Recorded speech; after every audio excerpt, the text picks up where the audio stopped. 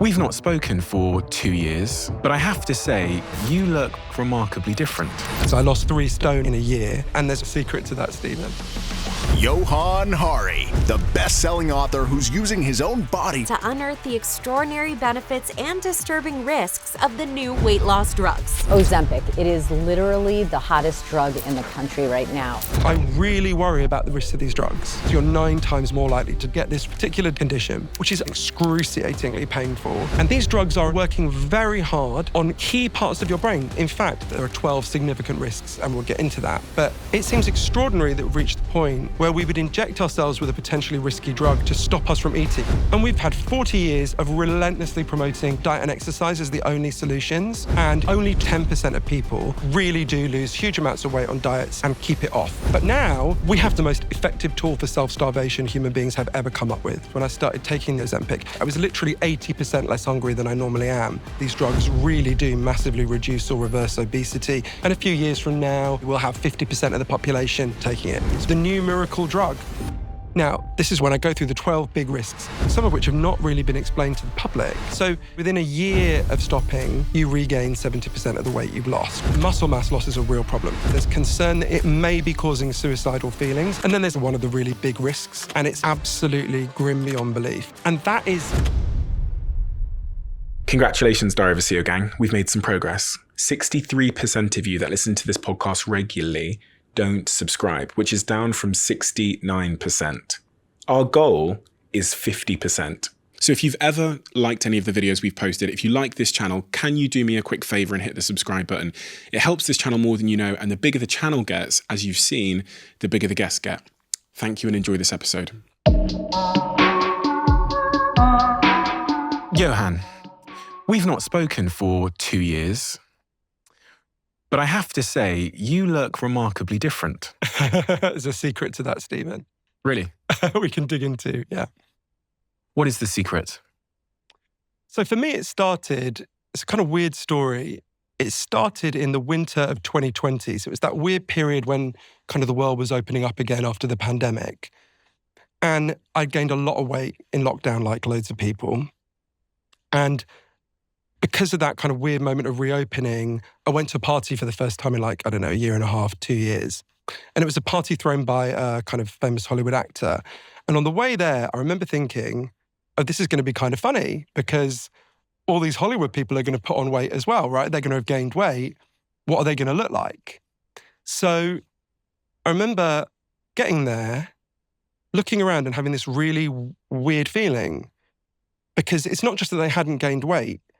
Everyone was gaunt, right? Like everyone looked like their own Snapchat filter. Like they had like higher cheekbones. They looked cleaner and clearer and sharper. And I was kind of wandering around feeling a bit like, oh shit. And I bumped into a friend of mine on the dance floor and I said to her, well, it looks like everyone really did do Pilates during lockdown. And she laughed and then she looked at me and I sort of looked at her and she said, well, you know it wasn't Pilates, right? And I sort of looked at her blankly. And she pulled out her phone and she Googled an image and she showed me an Ozempic pen. And I didn't know what it was. And I said, what are you talking about? And she said, well, it's a drug. Everyone here is on this drug, right? Not just the stars, like their wives, their agents' kids, everyone, right? And I've been really thrown. And then over the next few days, I read a lot about these new weight loss drugs. And I don't remember ever coming across a topic where I felt so deeply conflicted from the very beginning, and that conflict remained all the way through, right? The subtitle to my book is The Extraordinary Benefits and Disturbing Risks of the New Weight Loss Drugs, and that's, even right from the start, I was aware that was the tension. So the benefits are kind of obvious, right? You know, I'm older than my grandfather ever got to be because he died of a heart attack. Loads of the men in my family get really fat and die of heart attacks. My uncle died of a heart attack. My dad had a lot of heart problems. There's a lot of evidence that obesity, unfortunately, does cause a whole range of health problems, over 200 diseases and complications. There's a lot of evidence these drugs really do massively reduce or reverse obesity. The average person who uses them, Ozempic, Wegovy, loses 15% of their body weight in a year. With the new generation of the drugs, the next ones that are coming down the line, the average person loses 24% of their body weight. It's staggering. It's just below bariatric surgery. So I could see the obvious health benefit, and I could see that the alternatives that most of us have been pursuing, diets, have not worked well for most people. But at the same time, I thought, I had so many doubts straight away. I thought, well, we've seen this story before. There've been lots of miracle diet drugs that have been announced. They cause dramatic weight loss at first, and we always discover some horrendous side effect that causes, catastrophic outcomes that mean the whole thing has to be pulled. I thought that. I thought, well, we know what causes obesity, right? The reason obesity is massively increased is because of a complete change in the food supply. We eat completely different food to what our grandparents ate. We need to deal with that, not kind of drug everyone. I also thought, well, what will happen to people with eating disorders when they get hold of this? What will this do to the kind of positive changes that were happening in accepting a kind of broader range of weights? So I was really deeply conflicted. So to really get to the bottom of this for my book, Magic Pill, I spent a year taking the drugs and going on this big journey all over the world, from Reykjavik in Iceland to Minneapolis to Tokyo, to interview the leading experts in the world on these drugs, the biggest supporters, the biggest critics, all sorts of kind of alleys and avenues that follow from them. And at the end of it, it's really weird. I know far more than I did before. I know far more about the benefits and risks. I know far more about what this is going to do to the culture, and it will be massive. But I'm still really conflicted. So if we start there, then you're at the party. Someone mentions this Ozempic thing to you. Have you got the Ozempic pen on you? I have it as a prop. You've got it here. Yeah. Okay. So it's very simple. It's just a little pen. It's like an EpiPen. So you take that, you put on the little lid. I won't take it out because I need this one later. But although this one's empty, so you put you twist a little needle onto there, and you inject yourself with it. And you inject yourself once a week. And it's really strange, the effect it has. I remember the first day I took the injection, a couple of days later, I remember waking up and I was lying in bed and I had this weird feeling. You know that feeling when you wake up and you're not quite with it? Mm-hmm. And you think, what am I feeling? And I was struggling to articulate it. And I thought, I felt mildly nauseous, which everyone gets when they start taking it. But that wasn't the thing that was puzzling me. And then I realized I'd woken up and I wasn't hungry. I don't remember that ever happening to me before. I mean, I don't mean that as an exaggeration. I used to be woken up every day, like really hungry. Often I would be woken up by hunger, by my stomach rumbling.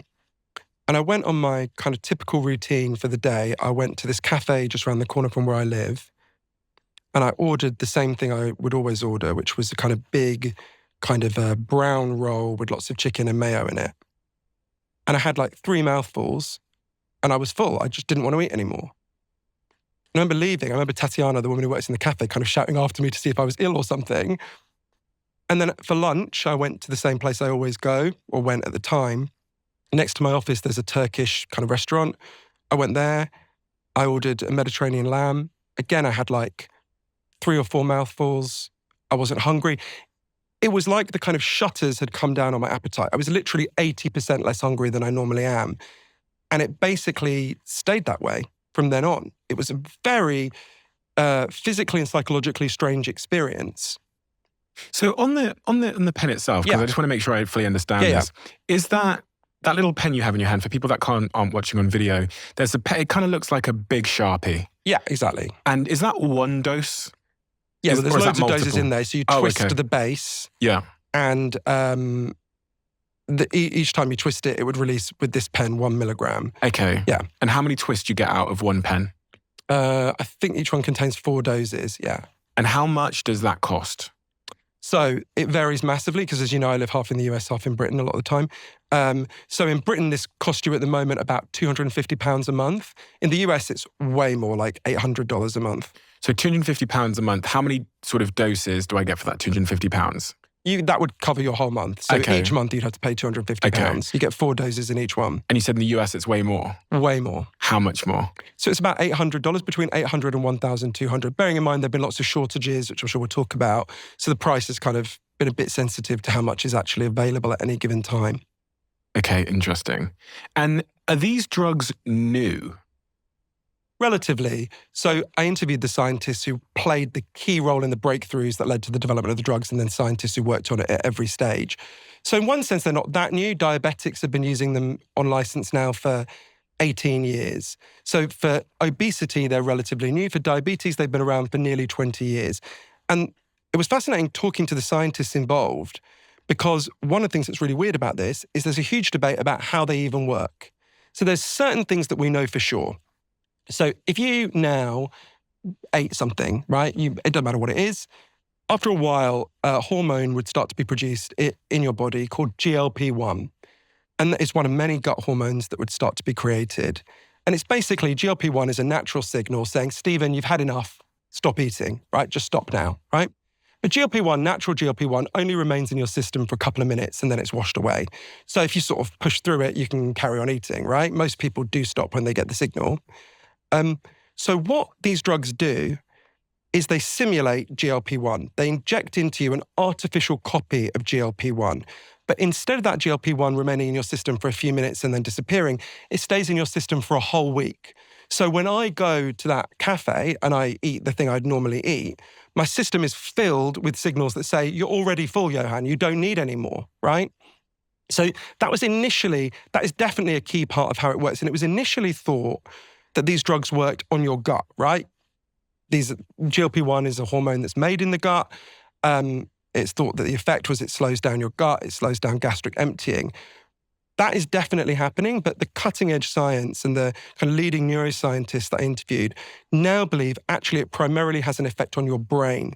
It changes what you want and how you want it, which brings with it a huge parallel set of both benefits and risks. Interesting. So it's once a week and you basically feel fuller for a whole week from one injection. Yeah, not everyone gets to that state immediately. Some people it takes longer. Some people the side effects are just intolerable and they can't take it at all, or they can't continue to take it. And I interviewed plenty of people who were in that position. But for most people, the best way I can describe it is imagine you just had Christmas dinner. Yeah. And I came up to you, so you're completely bloated, you're lying on the sofa, and I came up to you and said, hey, Stephen, I got you a Big Mac. Here it is. And you'd be like, I mean, you could physically force yourself to eat that Big Mac. You might throw up, but you probably could eat it. But you just don't want to. You feel full. So it creates a very rapid sense of fullness in response to So I used to eat 3,200 calories a day, roughly. I now eat about 1,800. So it's a huge drop. And the benefits are kind of obvious of that, but there are really big costs. And I discovered there's, in fact, 12 really big risks. And there's all sorts of... Because at first when you hear all this, you're like, well, this is just ka-ching, win-win, right? Who wouldn't want this? But there's a lot of risks and downsides as well. So I want to get onto all those risks and downsides, but one of the, I think, rebuttals that some people would have when they hear this is kind of contrary to the reaction that I think you expect, which is, Johann, I really love eating food. I really, really enjoy the process of eating food. Aren't you losing happiness? Because food gives a lot of people happiness in various ways. So aren't you a little bit annoyed now that you've lost your desire to have, that roll that you used to have for breakfast in the morning? Hasn't that taken something from you? This is a big drawback for lots of people. I think I'm quite unusual, so I'll explain how most people feel about this, then I'll explain how I feel about it. You're absolutely right. Even Jens-Jules Holst, who was one of the scientists who developed Ozempic, said, look, for most people, it's just a life without pleasure in food is just unbearable. And after a couple of years, they just give up because they want to enjoy life, right? And one of the key things that gives us pleasure throughout the day is eating. And a lot of people feel that way. If you look at, for example, Jay Rayner, a brilliant food critic here in Britain, he just described how he started taking it. He would go to the best restaurants in Paris, places he loves, and he just couldn't get any pleasure out of it. So for him, it was just awful. It's a very common complaint that it drains pleasure from food. Honestly, I had almost the opposite experience, but I want to stress I do think I'm quite unusual. So I realized when I started taking these drugs, one of the fascinating things about these drugs is they will bring to the surface whatever psychological issues you had with food, right? Because it so radically interrupts your eating patterns. And that can be very challenging for a lot of people. I'm sure we'll get into that. But for me, I realized how much of my eating from when I was very young, the pleasure I got from food was not primarily from like tasting it and savoring it. the pleasure I got from food was mostly from kind of a feeling of stuffing myself. So stuffing is like, you do it at Christmas dinner, so we all do it sometimes. Stuffing is when you sort of eat deliberately beyond the point at which you're full. And you feel it as a physical sensation. You can feel it sort of pushing up on your esophagus and out on your stomach. And I think from when I was very young, I grew up in a very violent and crazy environment. I think one of the ways I learned to cope with that, there are many productive and positive ways I learned to cope with that, but one of the kind of downsides is I learned to really eat to soothe myself, and I would stuff. And when I started taking Ozempic, I actually couldn't eat like that anymore. Right? You can't stuff yourself. I would literally throw up if I, tried to stuff myself. So actually for me, it massively slowed down my eating, and I actually enjoy food a fair bit more now. I don't want to overstate it. I'm not a foodie. I'm never going to be that person. But I remember going for dinner with one of my friends, I don't know, maybe 3 or 4 months after I started taking it. And her saying to me, it's always been a bit stressful to eat with you because you eat so quickly, but you don't seem to really enjoy it. And now you do actually look like you're enjoying your food. But I stress again, I don't think I'm typical in that respect. There are far more people like Jay Rayner than there are like me. I really want to go into why people's relationship with food more generally.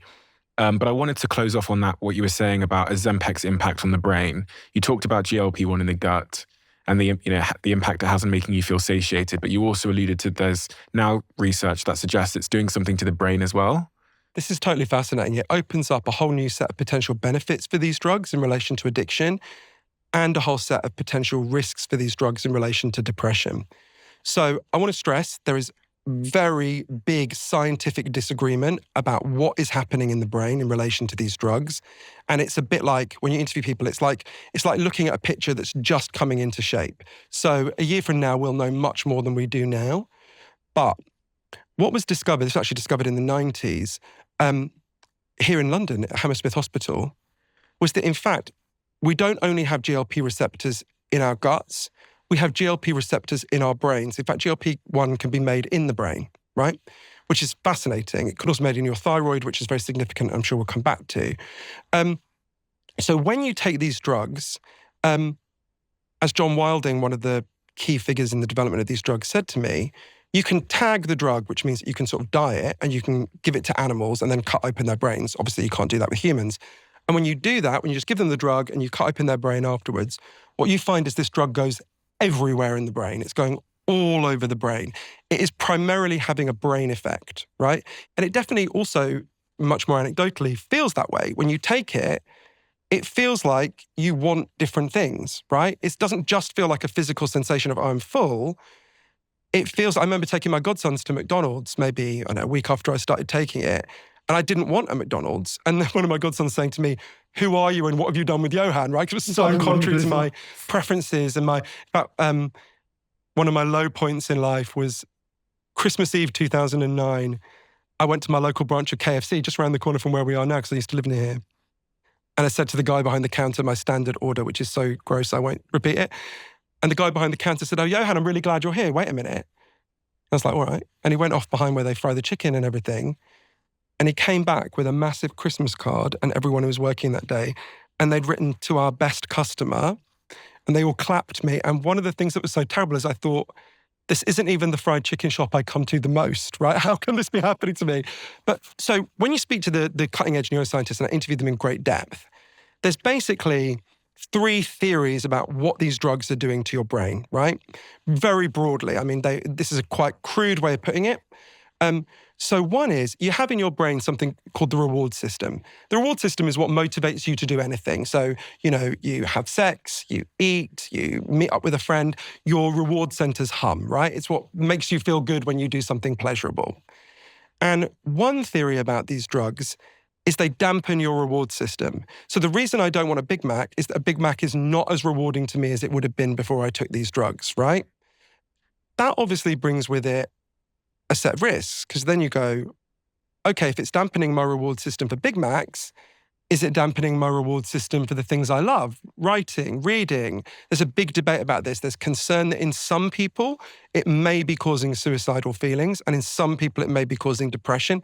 There is a warning on the drug to that effect required by the FDA, the Food and Drug Agency in the United States. So that's one concern. But there are other scientists who say, that's not correct, that the suicide risk is not accurate, and that they don't work by dampening a reward system. Some people, like Aurelio Galli, who's at the University of Alabama in Birmingham, said to me what he thinks that it does is it resets your preferences. It's almost like taking your phone back to the factory settings. It resets key elements of the kind of food you want to a healthier level. Can I just say on that, sorry to interrupt, but I was thinking constantly as you were talking about your trip to McDonald's and not wanting the McDonald's anymore. I've come to see in my life that if I have something unhealthy, if I have sugar or a cookie today, I feel like I'm much more compelled to have another one tomorrow. I feel like I look back on certain periods of my life where I almost get into a bit of a sugar spiral. And it could be because of stress or some other factor, but it made me think that the sugar itself is somewhat addicting. So when you were talking, I was thinking, is it not just a case that you're consuming less sugar and, some of these addictive food substances, so you want it less the next day, if you know what I'm saying? Yeah, there's an experiment that proves you're right, but in a complicated way. Can I just finish off one thing about the brain and then come back to that? Because you've raised a super important and truthful point. The third theory about how it could be working in the brain, and this comes from a scientist called Professor Paul Kenny, who actually did the experiment that relates to what you just said. He argues that in your brain, you don't just have a reward system, you have something called the satiety system. And this is a crucial concept for people who want to understand these drugs and what's gone wrong with our diets more generally to understand. Satiety is just the feeling of having had enough, right? We've all had the feeling of being sated. You're like, okay, I'm done, I don't want any more. We get that with food, sex, all sorts of things, right? You're just sated. He argues that in your brain, there's basically alongside the reward system, there's also a satiety system, a system that just says, Stephen, you've had enough, stop now. And he argues that what these drugs do is they dial up your satiety system, they don't dial down your reward system, right? There's a huge and ongoing debate about that. What we do know is they're having some really significant effect on the brain, and that has all sorts of implications that we need to think about. When I was learning about this, I remember thinking, this is a much more intimate and risky transformation than when you first hear, oh, I'm taking something that affects my stomach, right? So there's a lot there about the brain and implications for addiction as well, which we can talk about. But to come to the thing you asked about, which is so important, of all the things I learned, there was an experiment that kind of freaked me out about this. Because obviously I was trying to figure out, well, how did we get to this point? Because at first glance, I can see how it seems crazy. In a way, it did to me. We gained an enormous amount of weight in the last 40 years. So I was born in 1979. The year I was born, 6% of British people were obese. It's now 26%, right? Staggering increase, unprecedented in human history. And it seems extraordinary that we've reached the point where we would inject ourselves with a potentially risky drug to stop us from eating. It seems so unnatural and so wrong. And I was trying to think, well, how did we get here, right? What happened? Which is why satiety is so important. So it's this experiment that I think helps to understand that thing you were saying about sugar. It's done by this guy, Professor Paul Kenny, who's the head of neuroscience at Mount Sinai in New York and a brilliant neuroscientist. So Paul grew up in Dublin and he moved to the US when he was in his 20s to do his PhD, I think. And he moved to San Diego first. And he quickly clocked, Americans do not eat like Irish people, right? They eat much more sugar, much more fat. They eat just much more, right? And within like a year of being there, he'd gained, I think, 1.5 stone or something. So he gained, I think it was 23 pounds. So he gained a lot of weight. And he started to wonder, sort of like the question you were asking, does this food, when you consume it, change your brain in ways that compel you to consume it more? What's going on? So he designed an experiment that sort of investigated this, which I've nicknamed Cheesecake Park. That's not its official name, right? You get a load of rats and you raise them in a cage. And they've just got the kind of food that rats evolved to eat over thousands of years. It's pellets based on their natural diet. And if you do that, even though they've got far more pellets than they could actually eat, they will eat enough to deal with their hunger and then they just naturally stop, right? So when they've got the kind of food they evolved to have, they never become overweight or obese. They just stabilize their weight. They've got a kind of natural nutritional wisdom. Then Professor Kenny introduced the American diet to them. He fried up some bacon, he bought some Snickers bars, and crucially, he gives them a load of cheesecake. And they come along and they nibble the cheesecake and the other stuff. And quite quickly, they just go wild for it. They shun the food they evolved to have, and they just start obsessively eating the cheesecake, the fried bacon, the Snickers bars. He described to me how he would put the cheesecake in and they would just hurl themselves into the cheesecake and then eat their way out and emerge completely slicked with the cheesecake. So given this kind of food, all their nutritional wisdom disappeared, just went away. And they became obsessed with this new kind of food. And as he put it to me, within a couple of days, they were different animals. All their health indicators were worse. They were obsessively eating. Within a few weeks, their health was really bad. They became extremely obese. And then he varied the experiment even more in a way it seemed to me as a former junk food addict, a little bit cruel. He took all the American diet away and they just have the food they evolved to have, the food they used to eat, right? And he was quite sure he knew what would happen, that they would eat a lot more of the kind of natural food than they had before, and this would prove that junk food expands your appetites. That isn't what happened. What happened was much worse. They completely shunned the natural food. It was like they no longer recognized it as food at all. They just refused to eat it. They starved. And it was only when they were really starving that they went back to eating the natural food. There's lots of human examples of this, but there's something, as Professor Gerald Mann, who's a nutritionist at Harvard, said to me, there's something about the food we're eating, which I think you're getting at in that question, which is undermining our ability to know when to stop, which is how we got to the point where so many people, 47% of Americans, want to take a drug that will make them stop. I was reading about this thing you call the Cheesecake Park in your book in chapter 2. And the other sort of step he took the experiment to was the whole idea of electrocuting the animals when they ate certain foods. And you say in the book that he then would electrocute the animals while shining a yellow light in their eyes so that they would eventually become scared of this yellow light. And in the case of the natural food, when he shone the yellow light in their eyes, they would run away.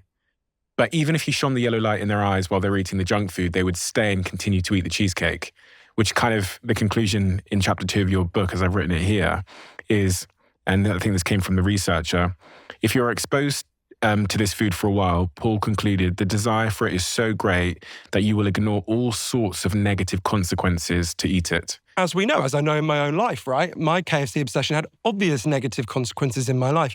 And the reason this is so important in relation to these drugs, so for a long time, I was looking at two things, right? I was looking at why did so many of us gain so much weight so rapidly? Obesity has trebled globally in my lifetime, right? Completely unprecedented in human history.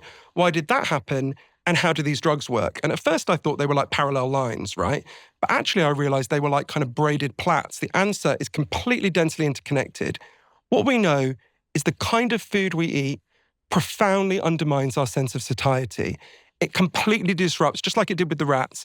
We don't get that signal, you're full, you've had enough, stop, from the kind of food we're eating. And what these drugs do is they restore a sense of satiety. Carel LaRue, another one of the key scientists who developed these drugs, said to me, what these drugs give you is satiety hormones. They give you back a sense of being full. And in a way, at first I thought, well, that makes the whole thing seem crazy, right? Because there's a guy called Michael Lowe, brilliant professor at Drexel University in Philly, who said to me, look, you've got to understand, these drugs are an artificial solution to an artificial problem. We've artificially created this problem through a catastrophic food system that is screwing us up from childhood. And then along come these drugs as the artificial solution to that. And the first thing you think is, right, we've got to deal with the food system, right? And that is absolutely true and correct. And I remember going to one of my closest friends, I call her Judy in the book, it's not a real name, who, she'd had cancer 7 years before. And so I'd been with her all through that kind of really grueling process. And it was an absolute nightmare because she's a single mum and you can imagine how grim that was. And I said to her, I feel like a complete fraud taking these drugs, right? I'm always talking about how we need to deal with the causes of social problems. I can see very clearly the cause of this problem. And this is just sort of dealing with the symptom. And she said to me, look, Johann, you can stop taking this drug. That's fine. Do it if you want to. But when I had cancer, we know there is something in the environment that is triggering breast cancer in women, right? 1 in 7 women in Britain now get breast cancer. That didn't happen in the past. It's not happening in Japan, where it's only 1 in 38 women. Something is really wrong in Britain and the US in the way we're living that is triggering breast cancer, right? But she said to me, you didn't say to me when I got breast cancer, well, fuck me. All this environmental problem has caused this breast cancer, and now you want to inject yourself with another poison, chemotherapy, in order to deal with it. No, you said, okay, we've got an environmental problem. Obviously, that environmental problem needs to be dealt with, but you've got to stay alive or you can't deal with it, right? The analogy she gave me that really helped me was she said, if your house is on fire, right, you could say, well, look, we need to build houses that aren't made of flammable materials, and we should make it the law that you've got to have sprinklers. And of course, I agree. But the first thing you've got to do is put out the fire in your house, right? And then after that conversation, it was just after it, I met a guy called Jeff Parker. He's in San Francisco. He's a 66-year-old lighting designer who was about 16 stone when he first started taking weight loss drugs, and he was in real trouble. He had heart problems, liver problems, kidney problems. It was very painful for him to walk. And he got Mounjaro, which is the next generation up of these weight loss drugs. And he lost loads of weight and all his health problems reversed. And now he walks his dog over the Golden Gate Bridge every day and is really happy and said, look, I feel like now I'm going to enjoy my retirement. And I said to him, but Jeff, don't you feel like we should be dealing with the environmental causes? And he said, absolutely. I totally agree with you. You start that campaign, sign me up. But I've got to tell you, by the time we achieve that, I'm going to be dead. Right? We're not going to get there in the next few years. And I want to live. And I found that hard to dispute. What if people say, well, you could just not choose the roll at the coffee shop in the morning. You could have just gone for, I don't know, a salad or something. Yeah. It's a choice you're making, Johann. Just make better choices. So this was completely the voice in my head. I remember another one of my friends, when I was at dinner and I was doing this, I was talking through everything I'd been learning, and I was talking about, what you got to weigh here, I thought, was the risks of obesity, which are really disturbing when you learn about them. I was actually surprised. We all know obesity is not good for your health, but I was actually stunned when you look at the evidence about how bad obesity is for you in relation to not just diabetes, but cancer, dementia, across the board. We can come back to that. So I was like, well, you've got to weigh these risks of obesity against the risks of these drugs. And I learned that there are 12 significant risks associated with these drugs. And he said, what are you talking about? You haven't got to weigh those risks at all. There's a third option. Go on a diet, exercise, right? And he said, I've seen you do it. You've done it plenty of times, right? Do that. And of course I had this voice in my head. I thought I was cheating. And I thought, well, why am I not doing that, right? And I really began to get an insight into this when I went to interview an amazing person called Professor Tracy Mann, who's in Minneapolis, where I met her, who's done some of the most important research on diet ever. I met her, I interviewed her in a place called Isles Bun, which is a cinnamon bun shop, famous cinnamon bun shop in Minneapolis. And when I arrived, the guy on the door said, have you ever been here before? And I said, no. And he said, we'll give you a free cinnamon bun then. He gave me this 2,000 calorie massive cinnamon bun that sat there the whole time we were talking about diets. And Professor Mann, she began to research this in the year 2000. And she wanted to figure out, how much do diets work, right? Are they effective? And at that time, the science was very clear. Diets are really effective. If you go on a diet, you will lose weight, right? But she's looking at all these studies, it's almost 24,000 studies, and she noticed, as part of this it's called a meta-analysis, and she discovered something a bit weird, which is most of these studies, the overwhelming majority, would follow people who were on a diet for 3 months. So you exercise your willpower, you go on a diet for 3 months, you lose a load of weight, and then they just stopped. And the implication was you stay at that lower rate forever. She'd be like, I know quite a lot of people who are not in that position. That doesn't happen to them. So she looked in more detail and discovered there were 24 studies that had followed dieters, not just over this short period, but for 2 years and in a handful of cases, 5 years. And when you look at the longer picture, the picture is really different. After 2 years, the average person on a diet has lost 2 pounds in weight, right? So it's not nothing, but it's pretty close to nothing, right? It's extraordinarily low. So what we know from the research on dieting is there's a very small number of people, around 10% of people, who really do lose huge amounts of weight on diets and keep it off. We all know people like that. I've got someone in my family like that, right? But for the vast majority of people, it doesn't work. And I remember saying to Professor Mann and loads of other scientists who've looked at this, well, how can that be? Because we know, you only have to know the laws of physics to know, if you consume fewer calories than you burn, obviously you will lose weight. To dispute that, you have to dispute the laws of physics, right? So how can it be that these people are dieting, but they're not losing weight? And Professor Mann and other people explained to me something that's sort of missing in this picture that I think really helps us to understand it and is actually important for understanding these drugs, I think. So a lot of the scientists explained that there are biological changes that happen as you gain weight, which make it harder for you to find your way back in a way that you can sustain. So in the 60s and 70s, there was this theory about weight that was almost universally accepted. It's called set point theory. It sounds a bit complex, but it's pretty simple. If you think about your temperature, your body temperature, right? Your body wants you to be at the temperature you and me are at right now, right?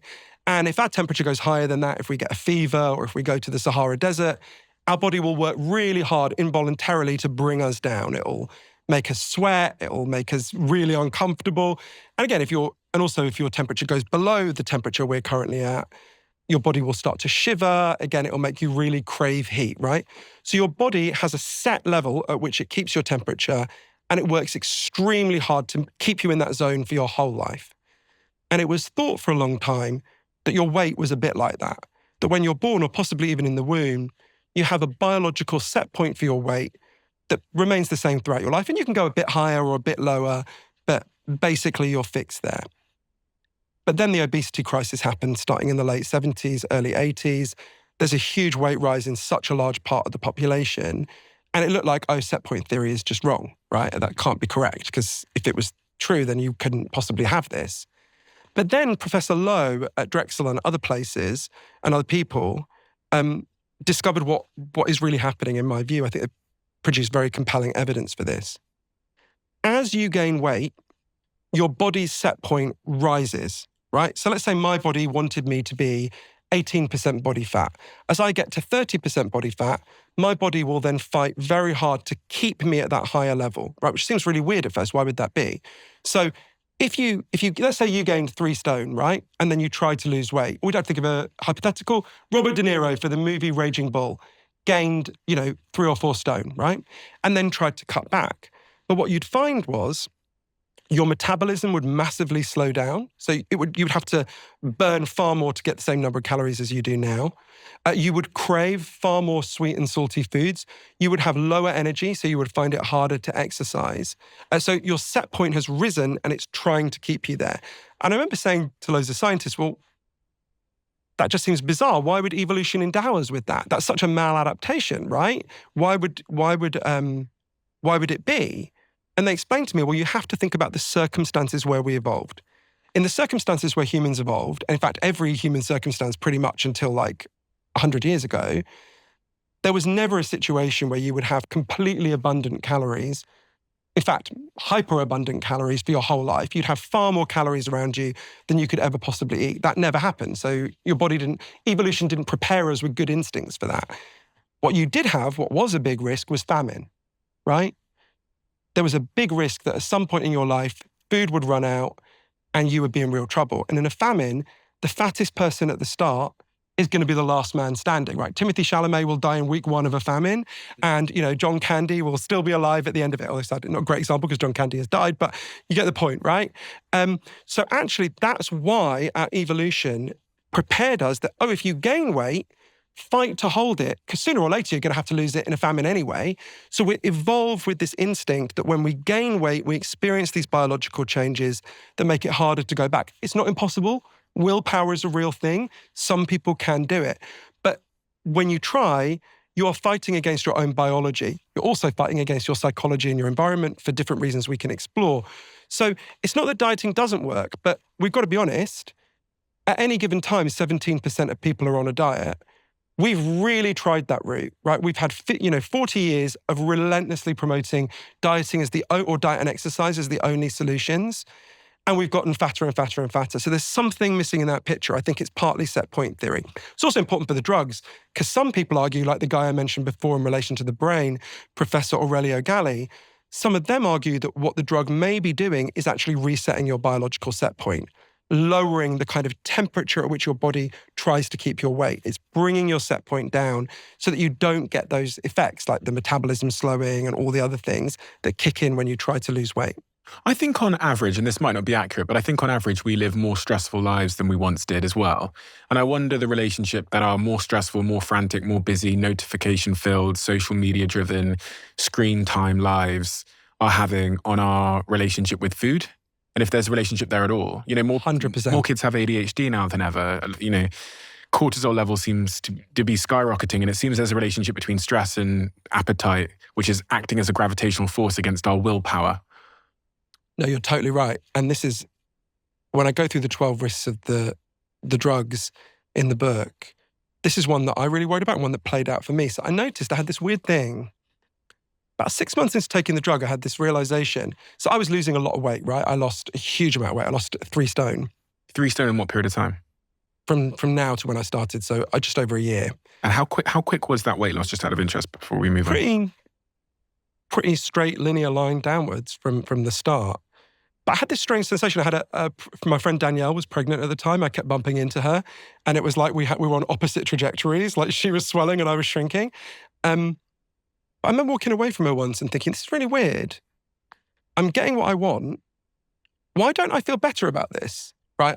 I didn't actually feel that much better for quite a long time, for about 6 months. Thinking, why is that? So what do you mean by better? I felt quite muted in my emotions. I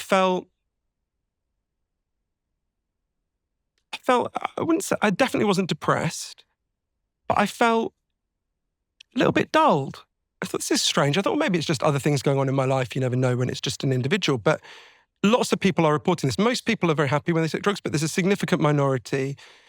And so I started looking at exactly this question, the psychology of eating. And it turns out there's there's scientific evidence for 5 reasons why we eat. And obviously the first and most important one is sustenance, right? I would have thought, if you'd asked me a year ago, why do you eat? I would have said, well, the main reason is to sustain my body. But here I am eating so much less than my body is sustained. So all those other calories I was consuming were doing something else, right? And one of the reasons we eat, another one is pleasure, which we've talked about. But another reason why people eat is comfort, right? People get a tremendous amount of comfort out of food, particularly overeating can be very comforting. We know this partly because whenever there's a stressful event, junk food orders massively go up. After 9/11, there was a huge increase in people ordering pizzas and fried chicken.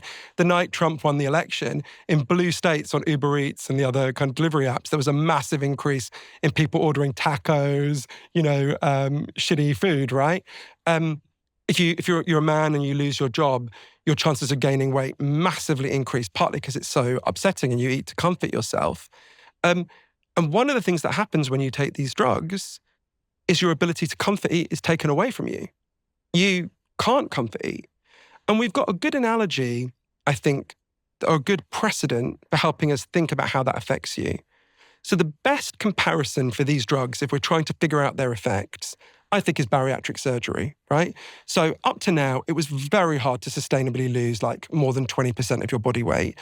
The only way it was possible to do it very quickly was bariatric surgery. So I think we have to look at the outcomes. That's stomach stapling. There's 4 different kinds of it. But it's basically what we think of as stomach stapling. Stomach gastric operations. band. Exactly. That's one form of it, right? Okay. And so I think you have to look at the evidence from gastric surgery.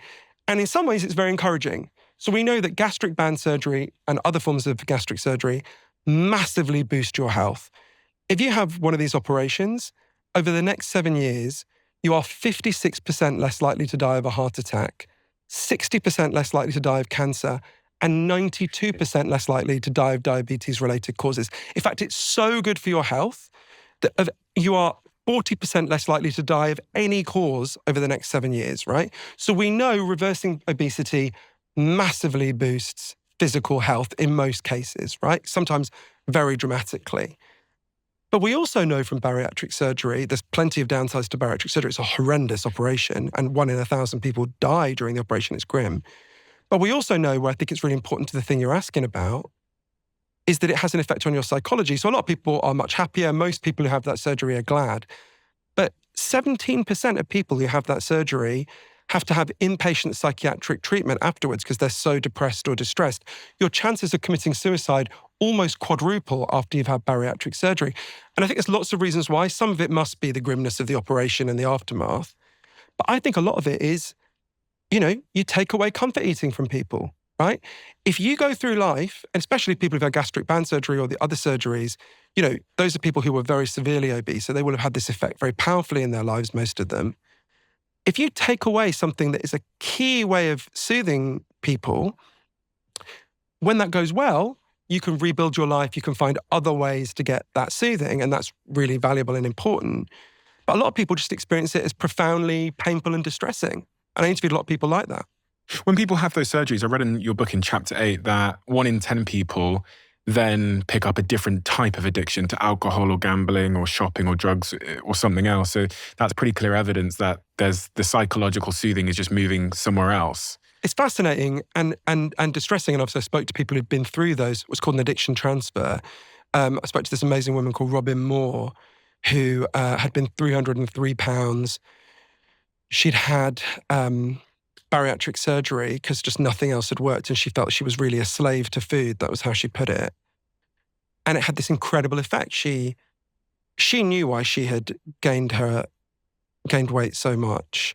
In her case, it was when she was a child, she had been sexually abused, she'd been raped, and she'd never told anyone.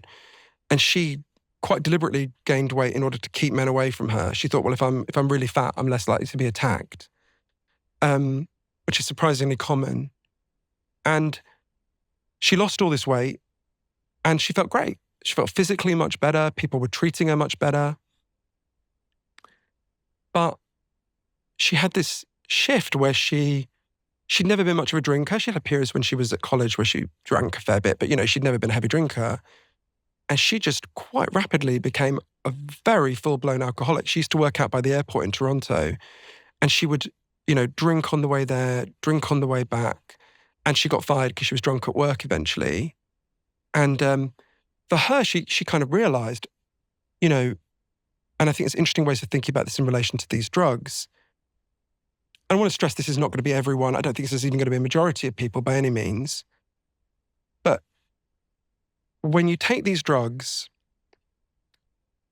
the underlying psychological reasons that drove your eating are profoundly disrupted and in many cases come to the surface. And for me, that was painful at first, but helpful. I remember having a day in Vegas. As you know, I'd spent a lot of time in Vegas because I'm writing a book about a series of crimes that had been happening there. I had a day where I was investigating something really grim and I felt really bad. And it was relating to someone, it's a long story, but it's something terrible. And I went to the KFC on West Sahara. It's the grimmest KFC in the whole world. I have a secret love for it. And on a kind of autopilot, I ordered what I would always have ordered, like a load of fried chicken. And I sat there, and I remember thinking, oh, shit, I can't eat this. And I remember Colonel Sanders was on the wall looking down, and it was like he was going to me, what happened to my best customer, right? So being deprived of comfort eating is quite apart from being deprived of pleasure, which I think is sort of related but a bit different, is very difficult. And again, my friend who I'd spoken to had cancer, went to her and said, this is really hard, right? And she said, look, it's not that the drug is causing this problem. The drug is making this problem visible to you. And now you can deal with that in other ways, right? And that's what I've been trying to do and write about how in the book. But yeah, so one of the things that fascinated me about all the research for my book, Magic Pill, was how incredibly complex this is. Every time you look at one effect, it seems to have another effect. This is a really complicated, difficult topic. And anyone who's coming in telling you either, rah, these drugs are great and they're going to save us all, or these drugs are devils, it's terrible, I don't think is leveling with people. I think it's complicated. I think there's risks at every turn. And I think we need to think through the complexity together in a way that's honest and honors the complexity. You talked there about the impact that early childhood trauma has on our relationship with food and eating. I remember reading a little bit about that in your previous book, Lost Connections, as well. But what is the sort of data and the stats that prove that trauma can cause us to have this kind of excessive comfort-seeking relationship with food? Is there any particular studies that stand out for you? Oh, yeah. I mean, a guy that I got to know quite well when I worked on Lost Connections, and I thought about this research in a different light when I worked on this book. So there's a guy called Dr. Vincent Felitti, and in the early 1980s, he was a doctor in San Diego, and he was contacted by Kaiser Permanente, who were a big not-for-profit medical provider in the state. And they said to him, look, we've got a problem, we don't know what to do. Obesity was massively rising. Actually, it was very low by our standards, but it was hugely rising. And they were trying giving people diet plans and exercise plans, and nothing was working. And they said, look, we don't know what to do. Can we give you a load of money to just do blue skies research, go away, figure out what we can do? And he said, okay. So he took a load of money and then he's like, what can I do? And he started working with 200 very, very obese people who were severely obese, who had tried all sorts of ways to cut back and it hadn't worked. And he's sitting there working with them and he's thinking, what can I do? And he had an idea that sounds and actually is quite stupid. He said, well, what would happen if really obese people literally stopped eating and we medically supervised it and we gave them vitamin shots so they didn't get like scurvy or whatever? Would they burn through the fat stores in their body and get back to a healthy weight? So with a shitload of medical supervision, they did it. And incredibly, at first, it worked. There was a woman who I'll call Susan, that's not her real name, who went from being more than 400 pounds to 138 pounds. It was incredible, right? And, you know, her family are ringing the doctor and saying, you saved Susan's life. She's really thrilled. And then one day, something happened that no one expected. She cracked. She went to KFC or wherever it was. She starts obsessively eating. And after a while, she's back where she was. Not exactly where she'd been, but similar. And Dr. Filiti called her in. He said, Susan, what happened? She looked down. She was obviously really ashamed. She said, I don't know. He said, well, tell me about that day, right? The day you cracked. Did anything happen that day that didn't happen any other day? It turns out something happened that day that had never happened to Susan before. She was in a bar and a man hit on her. Not in a nasty way, in quite a nice way, but she just felt completely freaked out and she went and started eating. And that's when Dr. Filiti said to her, well, Susan, when did you start gaining weight? In her case, I think it was when she was 10. He said, well, did anything happen when you were 10 that didn't happen when you were 9 or 11 or anything happened that year?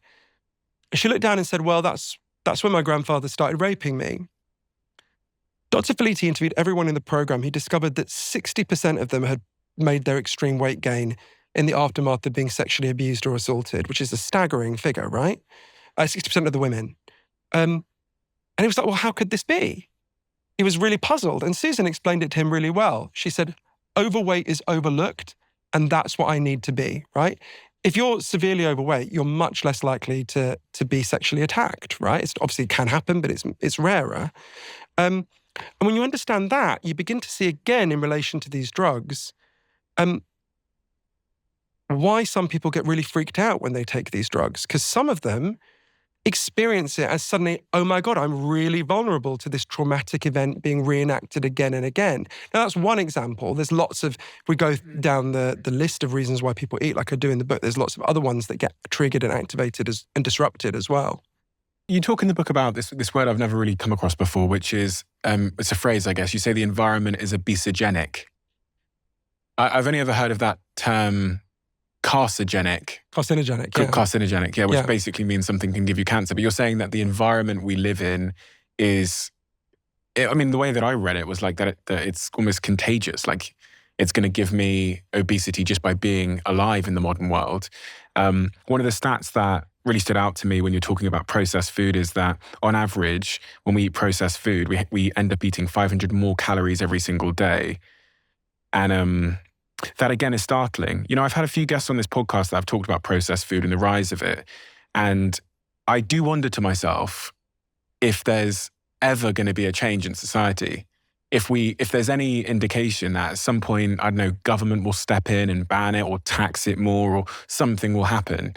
What's your view on, if we talk about the optimism of the obesogenic environment changing, do you think it can change? Do you think it will? So crucially, I went to a country that had completely transformed its diet and as a result has very low obesity. Japan, we can talk about that. And I went to loads of countries that are making the changes you're talking about. So prompt me to come back to that. But I would start by saying, well, A, you're totally right. We live in an obesogenic environment. An obesogenic environment is an environment that primes you to be obese and where it's hard to be a healthy weight, right? It's hard to get healthy food. Healthy food is expensive and rare, whereas shitty food that makes you obese is cheap, abundant, and constantly promoted to you, right? So that's an obesogenic environment. And there's loads of evidence that, well, as Professor Michael Lowe put it to me, we live in as obesogenic an environment as human beings could possibly design, right?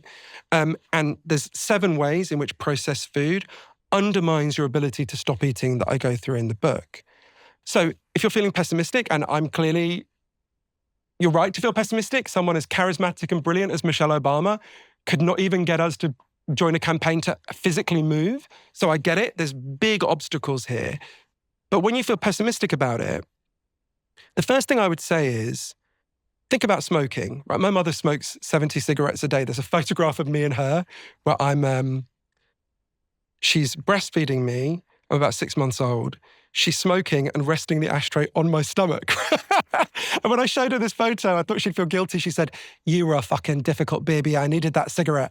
But you think about that was normal, right? In Scotland, that was normal when I was a kid, right?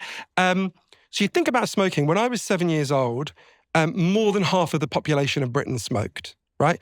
And people smoked everywhere. People smoked on the tube, people smoked on planes, people smoked on game shows. The doctor would smoke while he was examining you. I'm not joking, I remember that happening, right? So if I could take you back to the Britain of 1987 and you could walk around, you would feel sick because the smell of smoke was everywhere, right? And there were just ashtrays everywhere. Funny enough, I was with my mother when it was the anniversary of, there was a terrible catastrophic fire at King's Cross Station here in London in 1987, I think. And I was with my mother when it was the anniversary a few years ago. And so it was a terrible disaster. There was a fire. Someone had put out a cigarette near an escalator and it killed more than 50 people. It was awful. And my mother said, "Oh, that was the worst day of my life." And I said, "Oh, were you there? Did you know someone who died?" She said, "No, that's the day they banned smoking on the tube." Anyway, so if I could take you back and I said to you, right, however many years we are on from that now, only 12% of British people will smoke. It will be falling, and the British government will be about to progressively ban smoking. You won't be allowed to smoke indoors anywhere except your own home. The rates will have tanked. Young people there'll be almost no cigarette smoking among young people, and they're going to progressively ban it by age. That would have seemed ludicrous, right? You would have said, well, tobacco industry is one of the most powerful industries in the whole world. You've got a very motivated, half the population are addicted. It's never going to happen.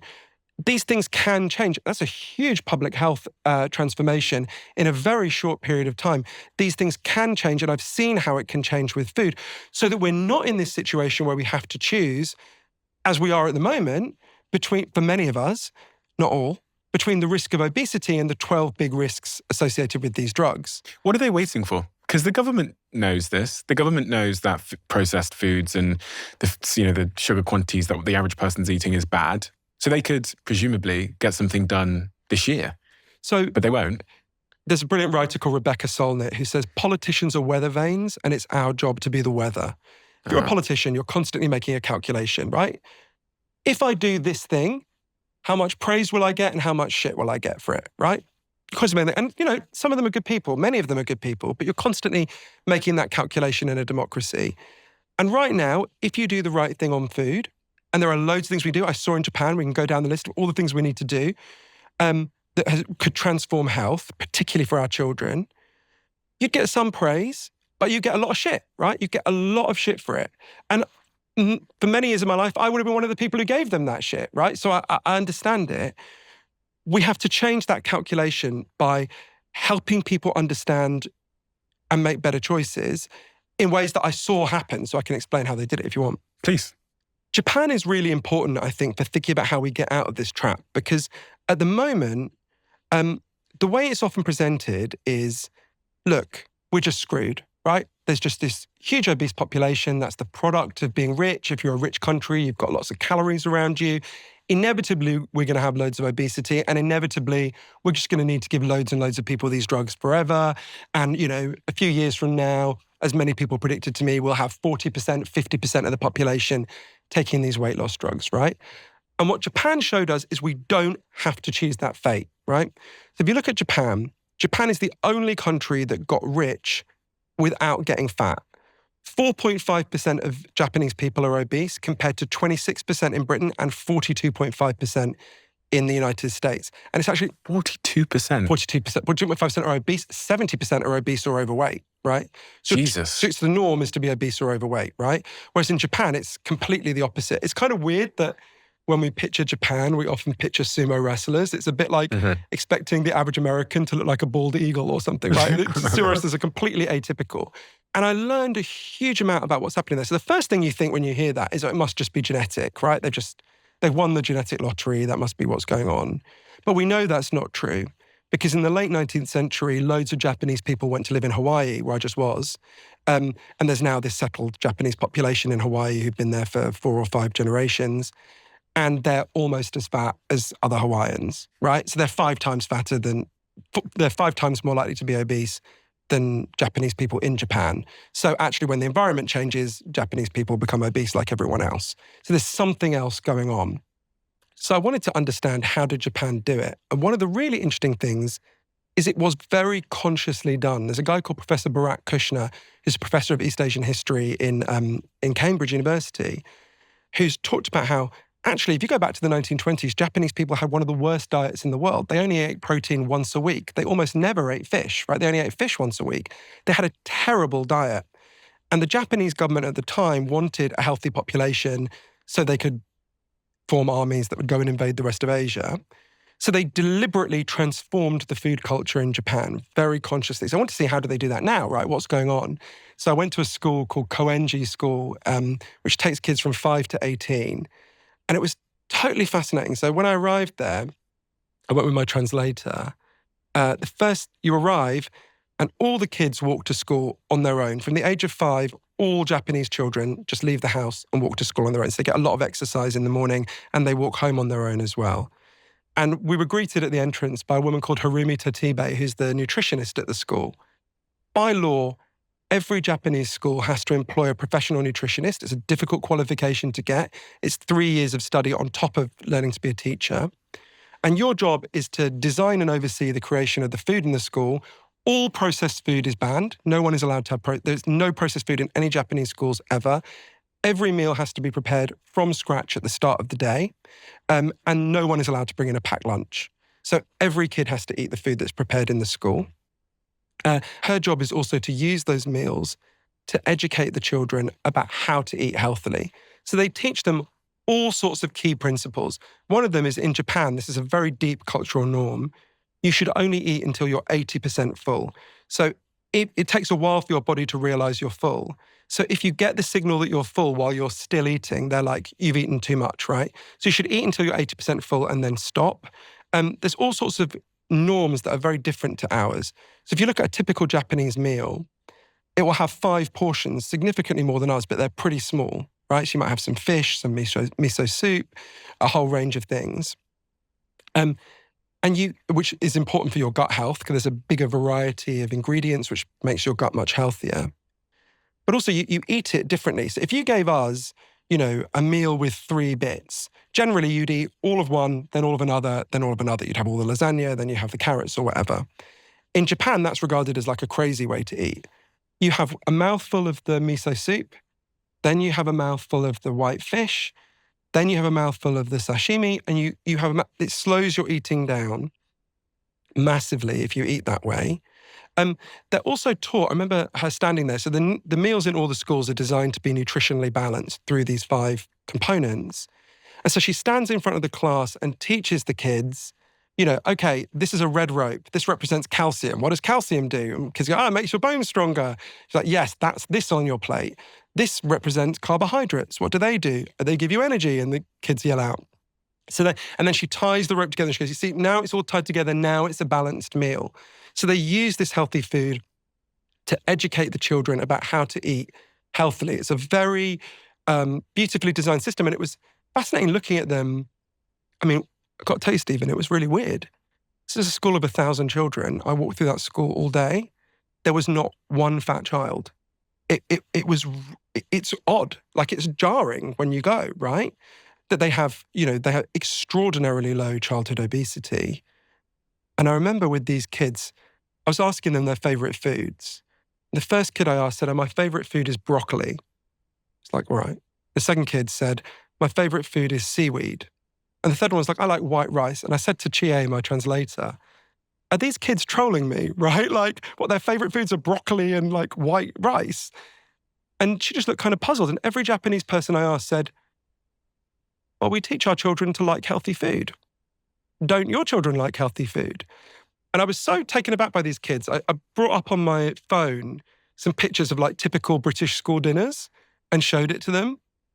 And they literally reacted like I had shown them an ISIS beheading video. They like screamed. They were like, what is this? And one said, did you eat this every day? I was like, yes. They're saying, where's the salad? I said, there is no salad. They were just completely baffled. So they partly start with this very strong culture, creating a very deliberate culture of how to eat differently that begins at a very, very young age. There are some other steps that are a bit more dodgy that we can come to, I'm sure, but that was the kind of first pillar of it that I saw. And then over here, we're in this sort of craze of injecting ourselves with this thing called Ozempic. Can I see the pen, actually? I've never actually seen one before. I won't open it or anything. Oh, sure, of course. I won't contaminate it. Me pen or Zoo pen? I've just been so intrigued to see what these things are like. Once weekly, Novo Nordisk. Novo Nordisk, now the most valuable company in the whole of Europe. What are they? Give me some context on Novo Nordisk. They're a Danish pharmaceutical company. So there's two companies that are kind of pushing the main drugs in this. Pushing sounds too pejorative there, you know what I mean? So Novo Nordisk are a Danish company. The entire Danish economy has had a massive growth because of the popularity of these drugs. Since they came out, they've become the most valuable company in Europe. The market for these drugs is predicted to be $200 billion by the end of this decade. And the other one is Eli Lilly. And how do I get this? Do I have to go to a doctor and get a prescription, or can I just go buy this online or something? So this is part of the problem, and this leads to one of the really big risks associated with the drugs, which is eating disorders. I am really, really worried about this. So there are lots of young girls in particular, some boys, but it's mostly girls, who want to starve themselves, right? We know that. It hugely rose during the pandemic, and this is the most effective tool for self-starvation human beings have ever come up with. So I interviewed a lot of eating disorders experts who are terrified about what's coming down the line. And the truth is, it is very easy to get hold of it. You could go online now. You clearly do not meet the criteria for getting these drugs, right? You've got to have a BMI of higher than 27, which is a BMI that comes from fat mass, not muscle mass. So you would not meet the criteria at all. If you went online, you could go and see a doctor on Zoom, lie about your BMI, and you would get it in the mail 2 days later, right? They're meant to check your BMI, but on Zoom, that's very hard to do. If in the unlikely event you were turned down by a doctor on Zoom, you can just order effectively counterfeit ones online very, very easily. So I'm extremely worried. I think we're going to have there are many downsides to these drugs. Possibly the worst from my point of view, one of the 2 or 3 worst, is you're going to have a huge wave of young women who get hold of these drugs and do a lot of harm to themselves. Now, there is something we can immediately do to massively limit that harm. Lots of the eating disorders experts I interviewed, like Dr. Kimberly Dennis, who's one of the leading experts in the US, said to me, these drugs should only be given by prescription if you go to a physical doctor, and the doctor you physically go to get them needs to be trained in detecting eating disorders and referring people for help with eating disorders if that's what they think they've got. So these were initially created for people that had diabetes? They have a dual effect. So GLP-1, the hormone GLP-1 and this kind of replica of it, stimulates the creation of insulin, which is obviously what diabetics are lacking, either type 1 or type 2 diabetics. So the whole thing was discovered by accident. I interviewed the guy who discovered it, a guy called Daniel Drucker, amazing man. So they discovered, he was just looking at, so your whole body is made out of cells, right? And in the 70s, it was discovered there were new ways of looking inside cells that human beings had never had before. So by the 80s, 1984 was when he made a breakthrough. They were just going through different cells in the human body, trying to figure out what they do. And they got to the glucagon gene, which exists inside your pancreas. And they were trying to figure out, so the glucagon gene is a long chain, and at the end of it is GLP-1. And they were trying to figure out, well, can you break off that little bit of the chain? Or if you break it off, does it just wither and die? And Dr. Drucker discovered you can break it off. And then he was like, well, what does it do? So he starts experimenting in lab dishes in Massachusetts General Hospital. And he discovered that if you combine it with insulin, it produces more insulin. So that's why it's so valuable for diabetics. And immediately he was like, whoa, that's really significant. So then other people in the lab, Professor Svetlana Mozjoy, gave it to rats, put it in rats, and discovered it, in fact, produced insulin in rats. A team in Copenhagen put it into the pancreas of pigs, discovered it produced insulin there. And that set in train what later became giving it to diabetics. So that's the obviously the greatest benefit of these drugs that was initially discovered. is they hugely help diabetics. Then the effects around appetite were discovered separately, initially here in London, in the Hammersmith Hospital. That was when they discovered, if you inject people with GLP-1, this is before they had copies of it, if you inject people with GLP-1, it reduces their appetite. Oh, okay. You can see where their thinking went from there. So there's dual uses. And the dual uses are kind of incredible. If you look at, the effects on diabetics, obvious, but if you look at the health effects that are emerging around these drugs, and this is very close to my heart, literally, because of the heart problems in my family. If you take these drugs, if you started with a BMI higher than 27 and you take these drugs, over the next 5 years, you are 20% less likely to have a heart attack or stroke. So we're talking about, this isn't, some people are like, this is vanity. Yeah, and there's an element of vanity in me and in most people taking these drugs, I'm sure. But this is having massive health benefits for lots of people. How many people are willing to take it? Because as we discuss this now, say that there's, 1 million, 10 million people that listen. What percentage of those people on average would go, do you know what, that sounds like the thing I've been looking for? If they're Americans and the polling is right, 47% of Americans have said they would be willing to they want to take these drugs, actively want to. Oh, they want to. So about 50% of the audience will be actively wanting to take it as we sit here now. Yeah. And now tell me why they shouldn't. Well, there's a huge array of risks, some of which are very, very serious. So I'll give you a few examples. I go through lots in the book. There's a professor in France called Professor Johann Hari who works at the University Hospital in Montpellier, who was commissioned by the French Medicines Agency to investigate these drugs and the safety around these drugs.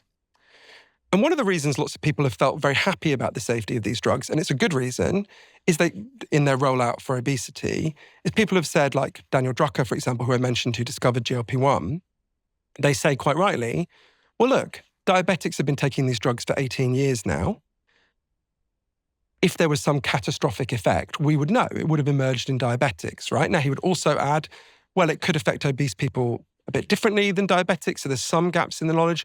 But he said, look, this drug has been used by enormous numbers of people all over the world without some huge safety concern emerging.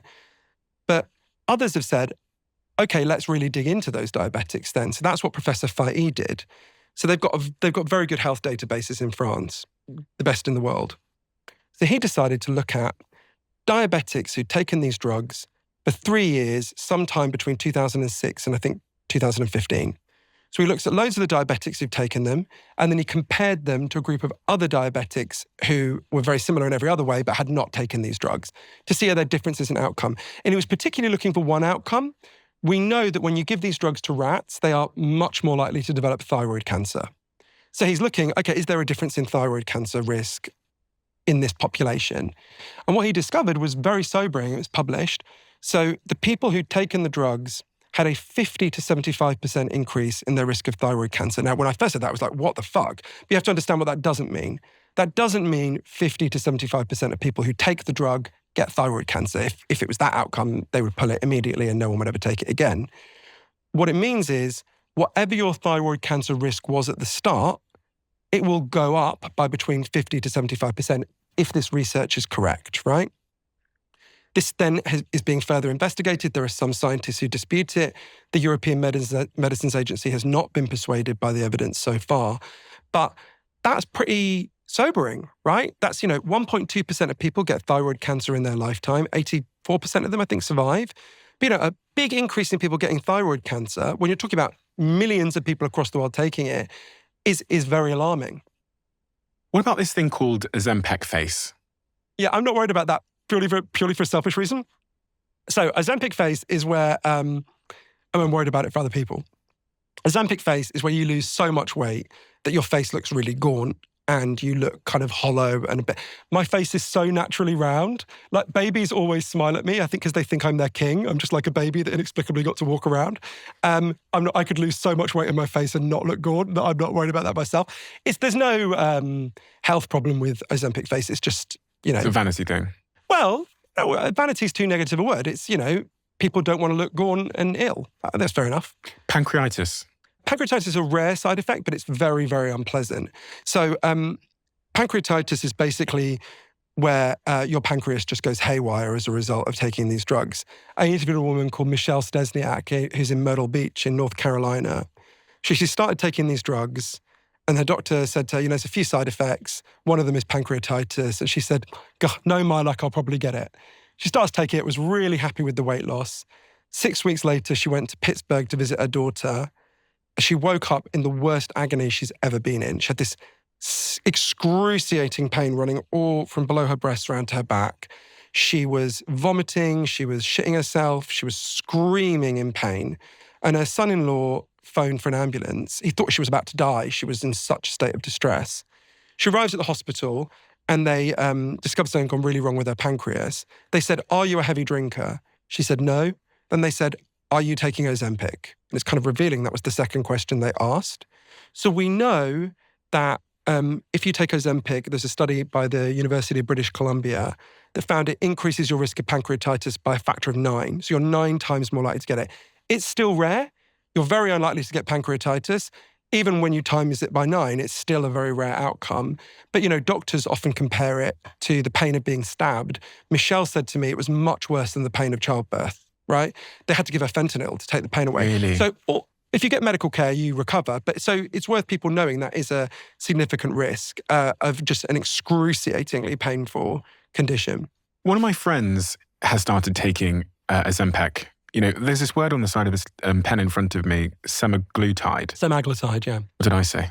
You said it the way that it's intuitive, the way the scientists say it, I think it looks like semaglutide. Exactly, that's how I said it until all the scientists kept correcting me in a slightly patronising way. But yeah. What's the actual word? Semaglutide. And is that the chemical? And is Ozempic's the brand? Yeah, exactly. So semaglutide, so there's several brands.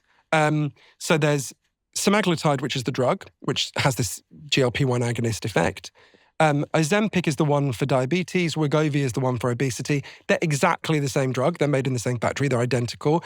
It's just that Wegovy is marketed for obesity, and you can, in the US, not here yet, prescribe Wegovy for higher doses than you would for diabetics. And then there's other drugs that are coming along the line. So there's Mounjaro, which is made by Eli Lilly. So Ozempic or Wegovy produces an average of 15% loss of body weight over a year. Mounjaro causes a loss of 21% on average. And the next one that will come down the line, it's probably going to come out next year, Triple G, causes 24.2%. The reason Mounjaro works differently, so this only works on GLP-1. Mounjaro adds another gut hormone, GIP. So it works on 2 gut hormones, not just one. And Triple G works on 3 gut hormones. And there's going to be more and more drugs. I mean, there's 37 gut hormones that can affect appetite, they think. So there's going to be lots of variants of these drugs with different side effect profiles, different risks, different benefits. So yeah, this is, one of a South African psychiatrist called Karel Leroux, who's been at the absolute forefront of the developments in this, said to me, when a baby starts to walk, it's been crawling for ages and then it just stands up and it walks. And we are at that point. And it was striking how much the scientists kept describing it as a game changer. One of them, Tim Spector, who I think you might have had on, described as, it's like they found the Holy Grail. They found the thing that causes weight loss, right? Robert Kushner said that to me, who's another one of the scientists who's been at the heart of it, said, we cracked open the treasure chest. We found the thing that controls weight. It's your gut hormones. So I worry about the parallels with previous diet drugs, and we can talk about that. These are new drugs working in a new way. And the overwhelming feeling in the science is, no, this really is different. My friend is a biotech billionaire. And when I saw him, so he's at the very forefront of all of these things. He takes so many different things to optimize his life. One of them he started taking is Ozempic. And last time I saw him, he was, we were in the gym together and he was significantly weaker. He was significantly skinnier, but I noticed when we did our exercises, he was significantly weaker as well. And that strikes me as a bit of an unspoken about side effect is muscle loss. It's one of the 12 big risks that I write about in the book. So muscle mass loss is a real problem. People who don't know, muscle mass is the total amount of soft tissue that you have in your body, and it's essential for doing anything that requires movement and strength, basically. And any form of weight loss causes a reduction in muscle mass. So if someone's very overweight and they lose a huge amount of weight on a diet, they lose a lot of muscle mass. Hopefully you lose more fat mass than muscle mass, but you lose a lot of muscle mass. You can't control that, right? There's no way to lose a lot of weight that doesn't involve some muscle mass loss unless you're very, very lucky, right? So obviously, this triggers a huge amount of muscle mass loss. And there's real worries with that, right? if you lose muscle mass, so you naturally lose muscle mass from when you're 30 onwards anyway. You lose quite a lot every year. It's incredibly depressing when you look at the figures. You lose muscle mass naturally every year anyway. But if you lose too much muscle mass, you'll be a bit weaker now, but the real risks are when you're older. So if you have really low muscle mass when you're older, you're at risk of a condition called sarcopenia, which is Greek for poverty of the flesh. Basically just means you'll really struggle to climb the stairs, do any kind of physical activity. You're more likely to fall. If you do fall, you're more likely to die. It's quite a serious thing. And this, I think, is particularly going to be an issue for people who are already skinny, like the people at that party we were talking about right at the start. None of them were fat at the start, right?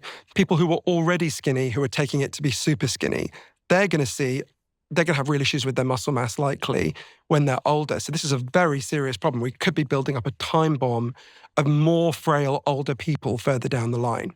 You lose up to 20 to 30% of your lean muscle mass when you start taking Ozempic, it says in your book, as one of the risk profiles. That's for some people, yeah, not for everyone. People, weirdly, I was 33% fat mass when I started, and I went down to 22%, I think it is now. So I lost nothing but fat mass, but I suspect that might be for the slightly humiliating reason that I had no muscle to start with, but I'm not sure.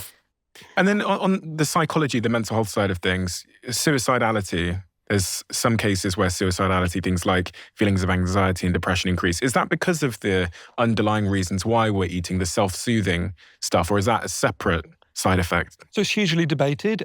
There isn't even agreement that the drugs cause that effect in a minority of people. You've got to bear in mind, at any given time, some of the population becomes suicidal. Some of them will be taking these drugs. So it's very hard to disentangle that, especially early on.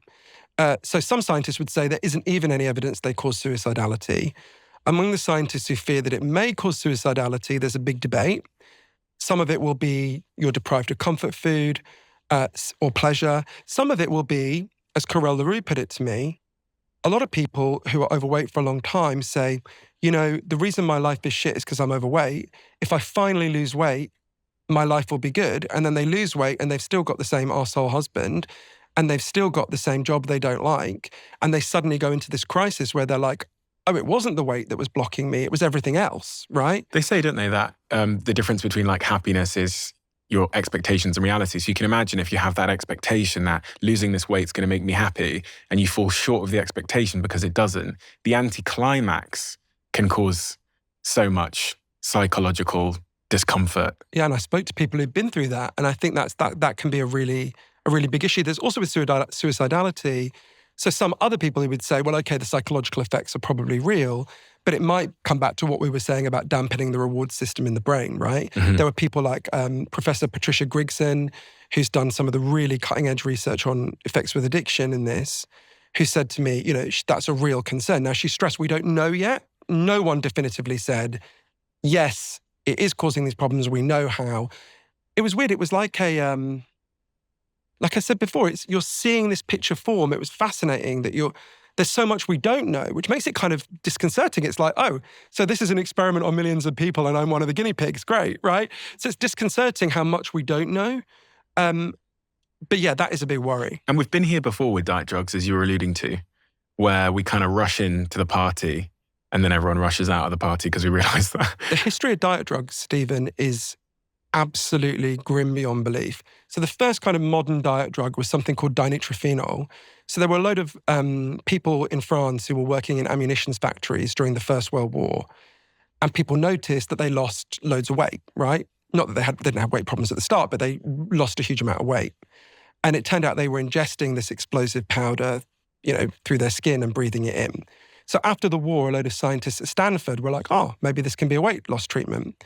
So they made it into a pill called Redusols, which were very popular. There was 100,000 people taking them in 1934, which when you consider there was very low obesity back then, that's a huge number of people. And then they discovered it's almost unbelievably terrible what happened. So loads of the people taking them went blind. And then they went into this horrific fever where their bodies were burning up. So it's an explosive, right? So it was discovered that the way it works is it massively speeds up your metabolism. But when you take a high dose, it gives you cataracts, makes you go blind, and then your body goes into a fatal fever. And the way one person put it is you become cooked from the inside. So they stopped marketing that one. It continued to be used as a pesticide for like years and years because it is so good at killing anything it comes across. So then there was a craze for amphetamines. So during the Second World War, radar, people had to watch radars. Soldiers who had to watch radars were extremely bored. So they gave them amphetamines to sort of keep them on the job, keep them active, mentally alert. And it was discovered they lost loads of weight as well. So after the war, they started marketing amphetamines as a weight loss drug, right? And they became hugely popular. They were described as mother's little helper. By the time you get to 1970, 8% of all the prescriptions in the United States were for amphetamines for weight loss. But it was discovered that when you take amphetamines, you develop tolerance to them. Your body gets used to them, so you need higher and higher doses to get the same effect. But if you take really high doses of amphetamines, you just lose it. I mean, you can become psychotic. It has a really bad effect on you. You don't sleep. It's terrible. So then there was a real rolling back of amphetamines. And then there were some real horror shows like jaw wiring, where they would wire up the jaws of obese people so that they literally couldn't get any food into their mouths. But then it was discovered if you vomit while your jaw is wired, you can choke to death. I mean, just like nightmarish, horrifying, humiliating solutions. And then we get to the worst of them all, and also the most popular of them all until these new drugs, which was called fen-phen. So this was in the 1990s. Early 1990s, a group of scientists decided to combine two diet drugs that had existed until then. One was called flexfluoramine. It's an appetite suppressant, but it was never very popular because it makes you very drowsy. So they combined it with phentermine, which is an amphetamine. So it counteracted the drowsiness and it had an additional weight loss effect. And it worked incredibly well. People taking it lost as much weight as they lose on Ozempic. And it's actually eerie when you go back and look at the coverage. Front page of Time magazine, the new miracle drug was the headline. By the time you got to the mid-90s, there were 18 million prescriptions for fen-phen every year in the US. And then a group of ordinary doctors in Fargo in North Dakota were like, a lot of our patients are getting really ill when they take this, and raised a safety signal. Turned out the drug company had known about this risk all along. So it was discovered that when you take these drugs, they cause something called primary pulmonary hypertension. It's where the blood vessels in your lungs massively contract and you can't breathe properly. They also damage your heart. I mean, the stories were just horrendous. There was a young woman in Massachusetts called Mary Linen, who was about 28, wanted to lose weight for her wedding day, starts taking fen-phen. A couple of weeks later is trying to climb a hill and just gets really breathless. And it's like, it's so weird here. Goes home, is really breathless, goes to the doctor, he takes her off the drug. But by then she had the problem. She needed oxygen her whole life. She was told she could never have children. And then one day she couldn't breathe and she died. This happened to lots and lots of people. It led to the largest payout in the history of the pharmaceutical industry. Up to that point, they had to pay $12 billion to the people whose hearts and lungs were harmed. And that is not that long ago. Now, I want to stress again, that was given to people with a very poor... There was a single study of 120 people of fen-phen at the point at which it was marketed to people, which is staggering. This has a much bigger body of evidence. So this is not going to be in the short term fen-phen. But when I looked at the 12 big risks associated with these drugs, some of which have not really been explained to the public, one of the ones that was most disconcerting and was explained to me by a brilliant scientist called Greg Stanwood, who's at Florida State University and is researching these drugs. The biggest risk is what he called unknown unknowns. So you remember that Donald Rumsfeld thing, right? So when he was talking about the invasion of Afghanistan, but when he was the US Secretary of Defense, he said, when it comes to these things, there are what we call known knowns. There are things we know.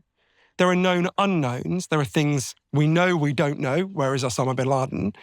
And there are unknown unknowns, things we don't know that might hit us out of the blue. And with these drugs, there's a big worry about longer-term unknown unknowns. So, for example, we know very little about what happens to pregnant women when they're taking these drugs, right? We know that in the animal studies, when animals or other non-human animals are exposed to these drugs, they're much more likely to get birth defects. So one thing Dr. Stanwood said that we should think about, and he stressed this is speculative, we don't know, was think about antipsychotics, right? In the 1950s, doctors started giving people antipsychotics. They were judged to be safe. Lots of people dispute that, but park that for a second. And people took them for many, many decades. And then it was discovered really late in the day that when you get into your 70s and 80s, if you've been taking antipsychotics, you are much more likely to get Alzheimer's disease and other forms of dementia, like much more likely. Now, there's no way you could have known that at the start. It was an unknown, right? You couldn't have known that. You had to have people taking it for a really long time before you could find that out. Now, one of the concerns about these drugs is that there will be unknown unknowns that we can't know about. These drugs are working on your brain. They are working very hard on key parts of your brain, parts that relate to memory processing, taste processing, gut motility, right? We don't know, but there's at least some risk there. Now, again, you have to weigh that against the risks of obesity. As Dr. Shauna Levy, who's at Tulane School of Medicine, put it to me, we don't know the long-term risks of these drugs. We do know the long-term risks of obesity, and they are horrific, really horrific, and much worse than I thought at the start. You know, for example, I'm actually quite embarrassed to say this. Diabetes, right? Okay, I knew that you were much more likely to become diabetic if you were obese. Figures on that are kind of shocking. If you're obese when you're a teenager, your chances of developing diabetes are 70% in your life, right? Shocking. But I thought, all right, diabetics, they get insulin, and then they're basically like the rest of us, right? As long as you've got healthcare, you're fine. Interviewing doctors, they were like, no. Lots of people think that. If you get diabetes, it knocks on average 15 years off your life. There's a doctor here, Dr. Max Pemberton, a close friend of mine, and a brilliant doctor, who said something to me that seemed really shocking when he first said it. But then he went through the evidence. He said, if you gave me a choice between getting diabetes or becoming HIV positive, I would choose HIV every time. If you become HIV positive, as long as you get medical treatment, you live as long as everyone else. If you get diabetes, you know, not only does it knock 15 years off your life, your chances of all sorts of catastrophic complications in your life are really high. It's the biggest single cause of blindness in Britain, preventable cause of blindness. It's a massive cause of leg amputation. More people get an extremity cut off in the US because of diabetes every year than because of being shot, right? I mean, and you go down the list of all the harms associated with obesity, diabetes isn't even number one, right? So every time I talk about the risks of these drugs, I really worry about the risks of these drugs, right? There's a lot of them. People should go through it very carefully. If you have thyroid cancer in your family, for example, I would strongly recommend you don't take them. If, you know, you're already worried about your muscle mass, don't take them. There's a whole range of caveats and clauses. But we have got to be honest about the risks of obesity. And for me, if I'm being honest, I think the choice was ongoing obesity or these drugs. And so for me personally, I have made the judgment call after looking at all of this evidence that I'd rather take the risks of Ozempic than the risks of ongoing obesity, especially given my family's history and how many men die young of heart attacks. But loads of people will look at the evidence that I present in Magic Pill and take totally the opposite point of view. And they may well turn out to be right and I might well turn out to be wrong, right? I wouldn't debar that there's a fen-like scenario down the road, right? It's not likely, but you'd be a fool to dismiss it. I am in a different camp, and I have to say before I express my own opinion that I understand there's a lot of people out there where drugs like this will literally save their life. And if they don't take these drugs, then, you know, you've gone through some of the stats, but they will probably die from something, you know, some kind of form of, we talk about all-cause mortality a lot. Like something will kill you in the next couple of years, whether it's a cardiovascular issue or something related to another ailment related to obesity. My thing, and this is, I think, developed over time with doing this podcast and speaking to so many experts in health and fitness and wellness and psychology and psychiatry, is I just have this really deep innate belief that there's no such thing as a free lunch in life. And the more I've done these interviews, the more I've come to learn that everything is a trade-off. And I almost see life as like a scale. So if you put a weight on one end, there's going to be an equal and an opposite force somewhere else. You know, like what's the law of physics? Is it Einstein that said that you can't like destroy energy, you can just move it? And I think about the same with like drugs often and other things that seem like miracles or shortcuts. You're moving the set of issues somewhere else. You've talked about some of those movements today, like the psychological transfer of a soothing behavior to an addiction, for example. That's always been my like belief that whenever one of my friends says, Steve, I'm taking this limitless pill, modafinil, and it's making me super productive and it's fixed all my problems in life and I'm killing the game now, I go, what's the cost? Yeah. And my friend said to me, I remember when he started taking it, he was like, there's no cost. There's no side effects. And my brain goes, history shows if you wait long enough, there's always a cost. It's just being conscious of the cost. And when you balance up, as you've done in your life, the pros and cons, you say, okay, I'm willing to take the cost. Now, when I see things like Ozempic and people say to me, there is no downside, I get more scared because I can't run the numbers to see whether the cost is worth the upside for me. So I don't know what the big obvious downsides of Ozempic and these magic drugs are, but I feel like logically there must be one. We do know there are some medications where pretty dependably the benefits outweigh the risk. Think about statins, right? If you have a problem with your cholesterol, what statins do is they block part of your body that makes cholesterol, right? So it's the most commonly prescribed drug in the US. It's pretty close to it in Britain.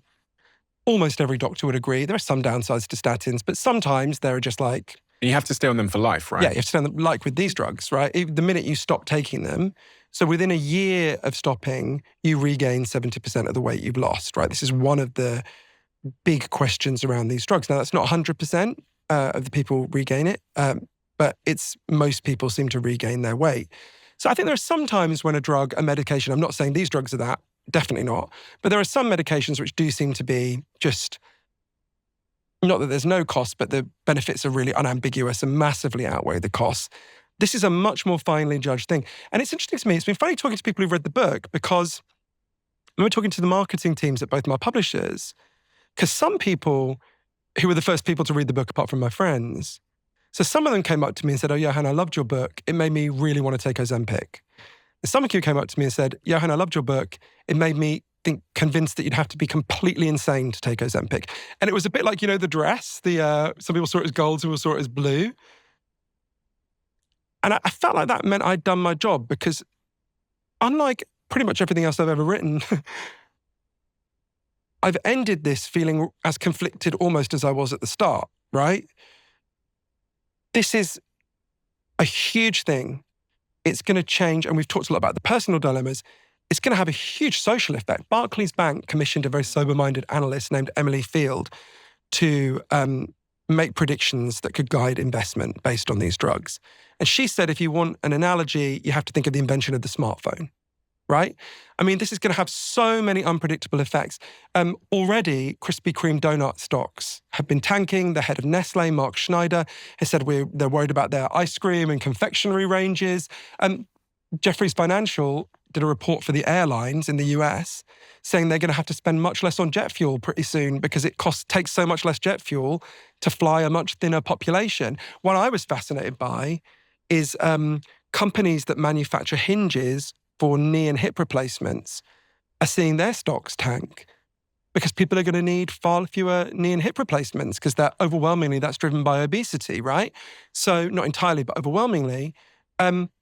So yeah, if we were talking in 2007, when the day Steve Jobs unveiled the iPhone, I don't think we could have gamed out, 1/10 of what was about to hit us. And I kept having these moments, traveling all over the world, interviewing these experts. I remember one day, I was in a cafe, I was interviewing one of the key neuroscientists at Cambridge University who was working on this.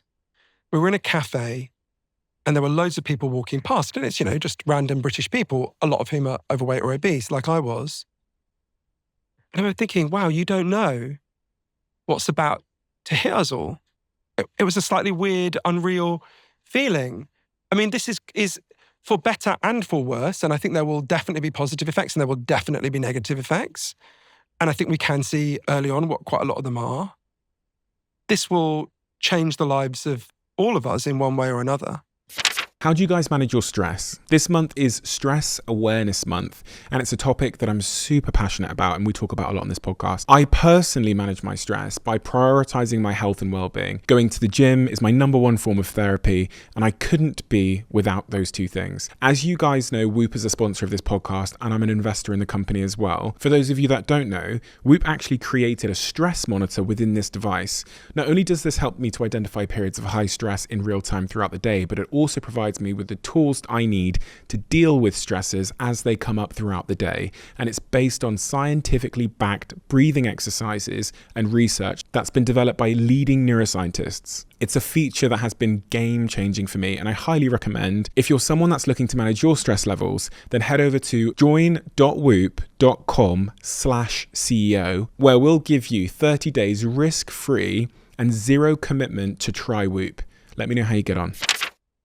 I was thinking as you were speaking there about a bunch of statistics that I've read recently. Humans are getting more and more sedentary, which means we're moving a lot less. Obviously, obesity is going up across the sort of Western world, most obviously. And then you've got this rise in Ozempic, which allows us to stay skinny basically and suppress our appetite. I was just wondering, it feels like there's going to be two groups of people. When these drugs drop in cost and they become really accessible, and I saw you say in the book that the next sort of iteration of these drugs is going to be a pill.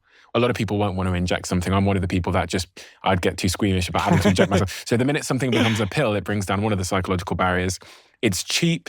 It's a pill. A lot of people are doing it. If you're not doing it in the obesogenic, or whatever that long word was, environment we live in, it's almost like you're going to be an inferior human to some degree. Like there's going to be two parts of society, the 50% that are down to take the pill and they're going to be skinny and they're going to be whatever. And then the 50% that are struggling in this difficult food environment we live in with the ultra-processed food. I almost can't play out a scenario where most people aren't taking this magic pill. So there's a few assumptions in what you've said. I think you're probably right, but there's a few assumptions. So in a way, what you're saying, there's sort of few different dystopias that could emerge. One is actually that we don't even get to where you are because it's restricted to a tiny number of rich people, right? So let's start with the first dystopian vision we could have. The first is that we never even get to that point. Let's imagine, we have a situation at the moment where the Real Housewives of New Jersey get to be super, super skinny and the real school children of New Jersey get diabetes at the age of 12, right? So we could have a situation where these drugs exist and they work very well, but they are restricted to a tiny elite of rich people, which is kind of where we are, right? It's not going to stay like that though, is it? In the longer term, it won't, and it's not that far off. So in 2032, the patent on Ozempic passes. So then it's not actually that expensive to make these drugs. It's $40 a month to actually make them. The rest is profits for Novo Nordisk, who argue, understandably, look, we took all the risks of developing this. We should cash in now. You can see that argument, although I don't think they need to cash in quite as much as they are. So one scenario is it will go out of patent in 2032. By then, it looks like the main way of taking semaglutide will be pills anyway. So you can well imagine a situation where you've got $40 a month to take a daily pill that will make you much thinner. I think in that scenario, you're right. Now, what I most hope is that A, the drugs don't have a catastrophic side effect, obviously. B, the people who want them get them. And C, it wakes us up and we go, how did we get to this point? How did we get to the point where we're looking at potentially drugging our children forever, not knowing the long-term effects? Who did this to us and how can we be more like Japan and all the other countries that are making these changes?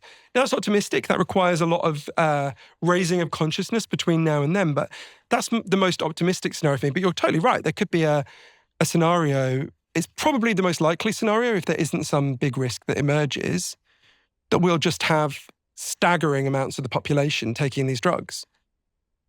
Unless the government intervene, that feels like the most likely scenario. Unless the government introduce some laws that put restrictions on what children can eat at school and all those kinds of things in a more severe way. I can't see a scenario where, especially with this younger generation, you hear all these stats around young girls on TikTok being more anxious than ever before, the suicidality going up. Men are struggling more than ever with body dysmorphia, which no one's talking about. I was reading some stats about that yesterday. Yeah, it's shocking, the figures on that. And the antidote appears to be, this.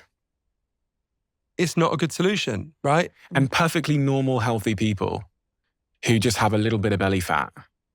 And they hear this, they hear about this stuff. They go, going to the gym is hard and I do love those burgers and that KFC is really nice. It does taste really good. So I could eat my KFC and I could stay skinny. Well, if they think that last bit, then they're wrong. You, if you take it, you won't want to eat the KFC and the burgers. And believe me, I have been the king of KFC. Just 3 bites. I got a couple of bites though. Well, but you actually don't even want that particularly, right? Really? And huge numbers of people are seeing that. I mean, for most of the time I have been eating smaller portions of similar shit, but actually even your taste for that tends to kind of wane over time, right? So the last bit's wrong, but I think, it's one of the things, it's funny, it's one of the things that made me really angry in Japan. I was thinking, all this agonizing I've done, all this worrying, and I worry even more about the fact we're almost certainly about to start a mass wave of drugging children with Ozempic. Already begun in the US. I interviewed parents who are drugging their kids because their children are obese. And I thought this whole dilemma never had to happen, right? This happened because the food industry screwed us over and we didn't regulate them and we didn't stop them. And we can start to do that. And I went to places that have done it. I went to Mexico where they introduced a sugar tax, hugely reduced the amount of sugar that people consume. I went to Minneapolis where they prescribe healthy food for poorer people who can't afford it. Has a really positive effect. I went to Finland where they had a huge transformation in the food supply. I went to Japan. Here in Britain, there was a really interesting experiment. Bread used to have far more salt in it. And a really heroic guy called Professor Graham McGregor, who I interviewed, persuaded the government to get the food companies to sort of law them. I mean, they threatened regulation, which meant that the companies gave in before they did it, to just massively reduce the amount of salt in bread. No one even noticed, and it reduced strokes every year in Britain by between 6,000 and 9,000, right? And a stroke is one of the worst things that can ever happen to you. Now, it's called reformulation. There's loads of other things we can do like that. We could reformulate loads of foods in ways that aren't even painful to us, right? There's so much we can do. There's so much we can do to be like Japan. I mean, it was a bit weird in Japan, though, because there were things they did that we can't do. Right, so I'll give you an example. This was one of the weirdest days in the research for the book. In 2008, obesity very slightly went up in Japan. It was still like laughably low. And they had a real panic and they introduced this new law. It's called the Metabo Law. It's named after metabolic syndrome, which is a really nasty combination of like diabetes, obesity, and other problems you can get when you're very overweight. And the law is very simple. Every single company in Japan on a particular day every year has to weigh every single person who works there. And if their weight has gone up, they have to draw up a plan with their employer to bring their weight down. And as a company, overall, if your weight goes up, you can be fined by the government. And I was like, how could this possibly work? So I went to a company that does it, Tanita. They all do it, but a company that let me go and see how it works. And it's really weird, right? You in this workplace, you arrive, you show your face to a video screen. It says, "Hi, Stephen. You walked 14,000 steps yesterday. You're number 121 in the company in terms of steps taken," because everyone has to wear like a Fitbit or the equivalent to a Fitbit. Everyone uploads pictures of every meal they have to this system where you can see it. It was bizarre, right? Explaining to the Japanese people who kept going, every morning in this office when we'd all be having donuts and coffee, they do aerobics together. It was bizarre. And I would sort of explain to these Japanese people, right, if you tried to do this in Britain, we would burn the fucking office down, right? And they would just go, well, why? Why? They couldn't understand why I was so affronted by it. And that's a big cultural chasm. And we can't do that, and I wouldn't want us to do that. But if you look at so many of the other changes in Japan, I started to see what you win if you get this right. So Japan has the longest life expectancy in the whole world. And one of the best things I did for the book, one of the most moving things for me, is I went to the oldest village in the whole world. It's in Okinawa in the deep south of Japan. And there's a village called Ogimi where there's 215 households and 190 of them have someone who's over the age of 90 living there, right? So it's the oldest place on earth. Japan has by far the longest life expectancy in the world. And not just that, you're far less likely to get sick as you age. So they have not just more life, but more healthy life. And I went to their little community centre. And the first person I met was a 102-year-old woman called Matsu Fukuchi, who was this almost like this kind of perfect crumple of wrinkles, right? She was so cheerful, chatting to her. She was like, "Oh, I can't stay for long because I'm looking after my son who fell off the roof the other day, fixing it." I was like, Jesus, how old is your son? And she was like, "Oh, I love," she was so full of joy. She's like, "I love life. I spent all of yesterday watching volleyball with my grandchildren. It's so great." She was so happy. She'd walked there on her own. And then there was this moment where they put on some music. She put on this red kimono and she started dancing. And all these women as old as a century start dancing, right? And I danced with her. And I was thinking, God, this woman was born before radio started broadcasting in Japan. And here I am recording an interview with her on my iPhone. This is what you get if you get this right. If you sort out the obesity crisis, you get to have more years of health and joy and dancing, right? That's what we're fighting for here. I think about how many people I know who died young because of complications related to obesity. Everyone listening and watching will know someone who would be alive now if we had sorted out the obesity crisis but has died. Everyone, right? And it doesn't have to be this way. Now part of that solution in the short and medium term is going to be these drugs. In the longer term, it doesn't have to even be that, right? Japan is a real country. It exists. They solved this problem. There are other countries in the world that are solving these problems. We don't have to tolerate this being done to our children. We don't have to accept us being made sick and our children being made sick. But it requires an awakening around what's really happening, who's doing this to us at the moment. Whenever my weight goes up and down, right? It has gone up and down throughout my life. And whenever I was fatter, I would blame myself, right? I wasn't angry with the forces that have done this to us, right? More 3-year-old children know what the McDonald's M means than know their own last name, right? I didn't choose that world. I didn't choose to live in a world where we were, constantly promoted and fattened and physically changed such that it's hard to come back, right? I don't mean I had no responsibility in that. I did. But we don't have to continue like this. Do you think you could stay at the weight you are now without this Ozempic? It's funny you holding this. I feel like we're in a weird dystopian version of QVC, right? Do I think... Honestly? Well, if I'm typical, we know from the clinical trials 70% of people regain the weight within a year.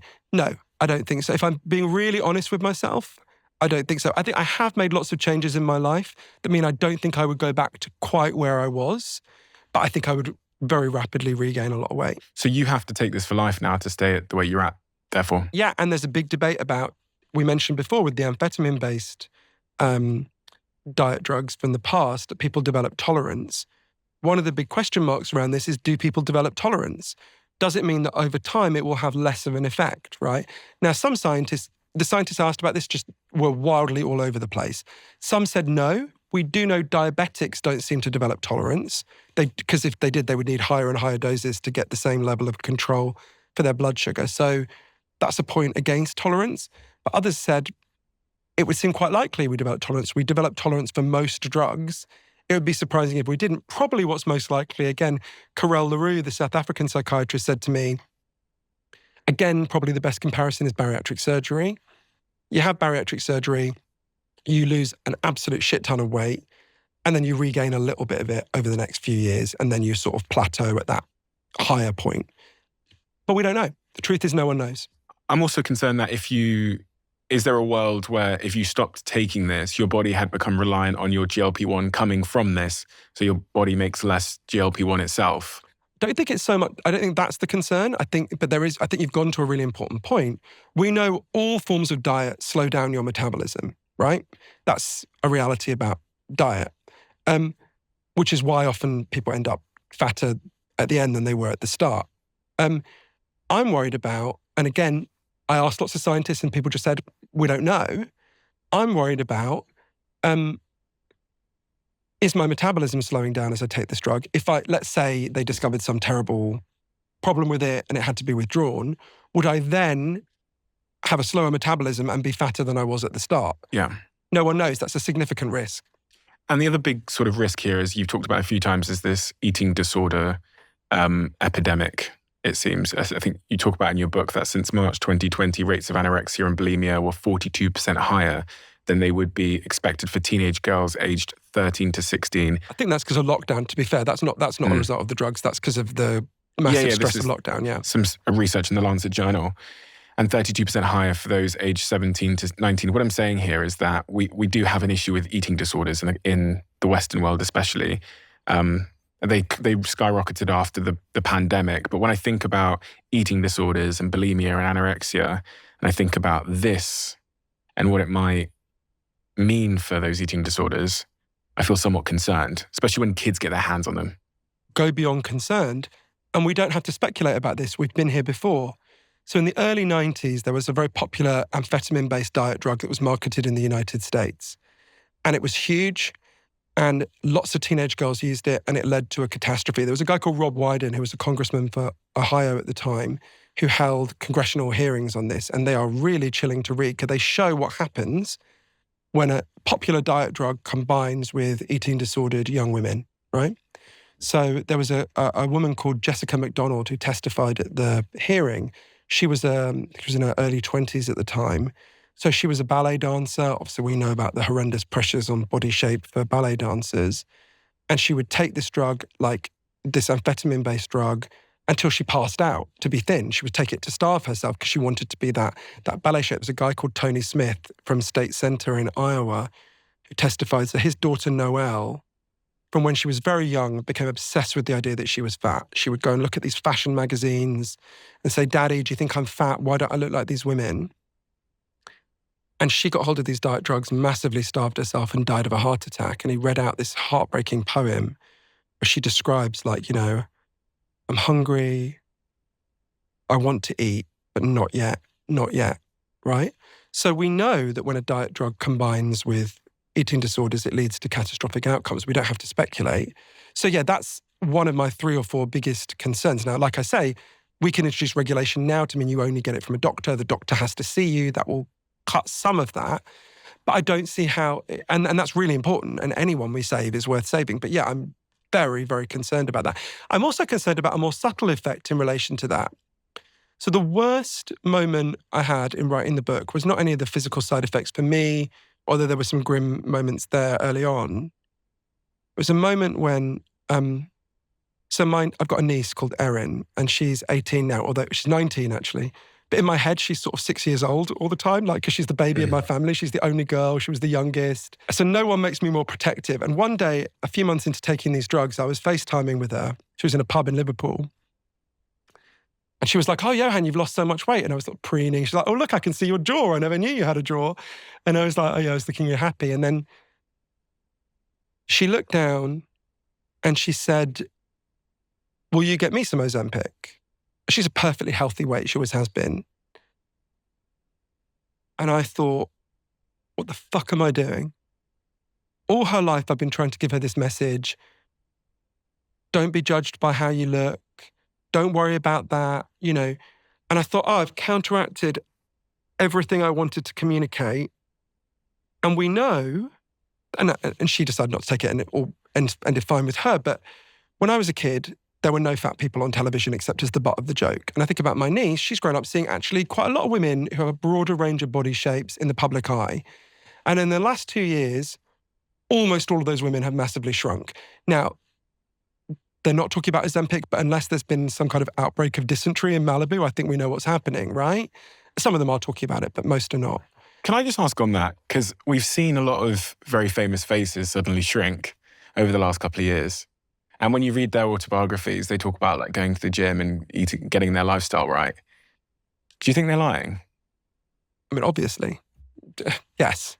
It does appear. I wasn't sure if it was just me, but I think about a lot of people that were a little bit bigger, and it seems that suddenly everybody's kind of cracked weight loss, and it's rapid and it's super fast. I don't want to name any particular names because it's not my place to talk about individuals like that, but it really does seem like Hollywood has found a great personal trainer, and I'm wondering if this is what it is. Yes, although I would say the people you and I are thinking about are almost all women, and I do think we should bear in mind. I know you would agree with this. I'm not making this as a point against you. Women get so much more shit than men for this sort of thing, right? Yeah. Actually, it was interesting. One of my editors said to me, I was saying, why has no one else written a book about Ozempic yet? Why am I the only one? And they said, because only a man could write this, because a woman would be crucified for writing it, right? She would be monstered. And if you look, whenever even someone as unbelievably popular and amazing as Oprah, who slightly surreally is my friend, gets savaged for it, right? And there's lots of deep underlying reasons for that came out for me as well, actually, that I projected towards myself. I remember for a long time taking the drug, I felt like, I mentioned this a little bit before, but I felt like I was cheating. I felt like I was sinning almost. And I started to look at the kind of deep ideas that are so deep in our kind of collective unconscious. If you look at, so for example, in the 6th century, the Pope Gregory I, draws up the 7 deadly sins, right? And one of them is gluttony. And it's this image, it's always depicted with an image of some hugely fat person looking like a pig, and it's horrible.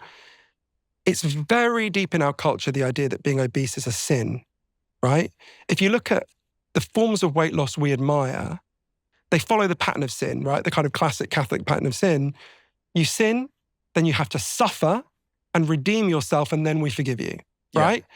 So if you look at the forms of weight loss we admire, they're ones where people are humiliated and suffer terribly. You starve yourself, you think about that show, The Biggest Loser, which I hate, where severely obese people are made to sort of compete in grueling, horrific forms of exercise. Then we're like, okay, Jabba, we forgive you now. Do you know what I mean? We use these kind of stigmatizing ways of thinking. Cheating is a bit more subtle.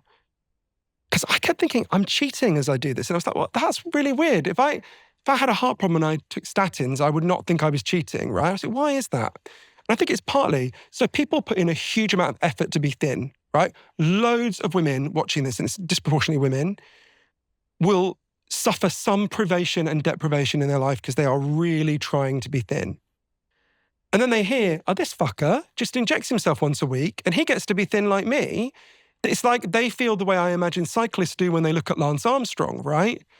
And the only way out of that negative conversation where we turn on each other like rats in a sack is to realize, there is a sin and there are people who are cheating, but it's not Oprah.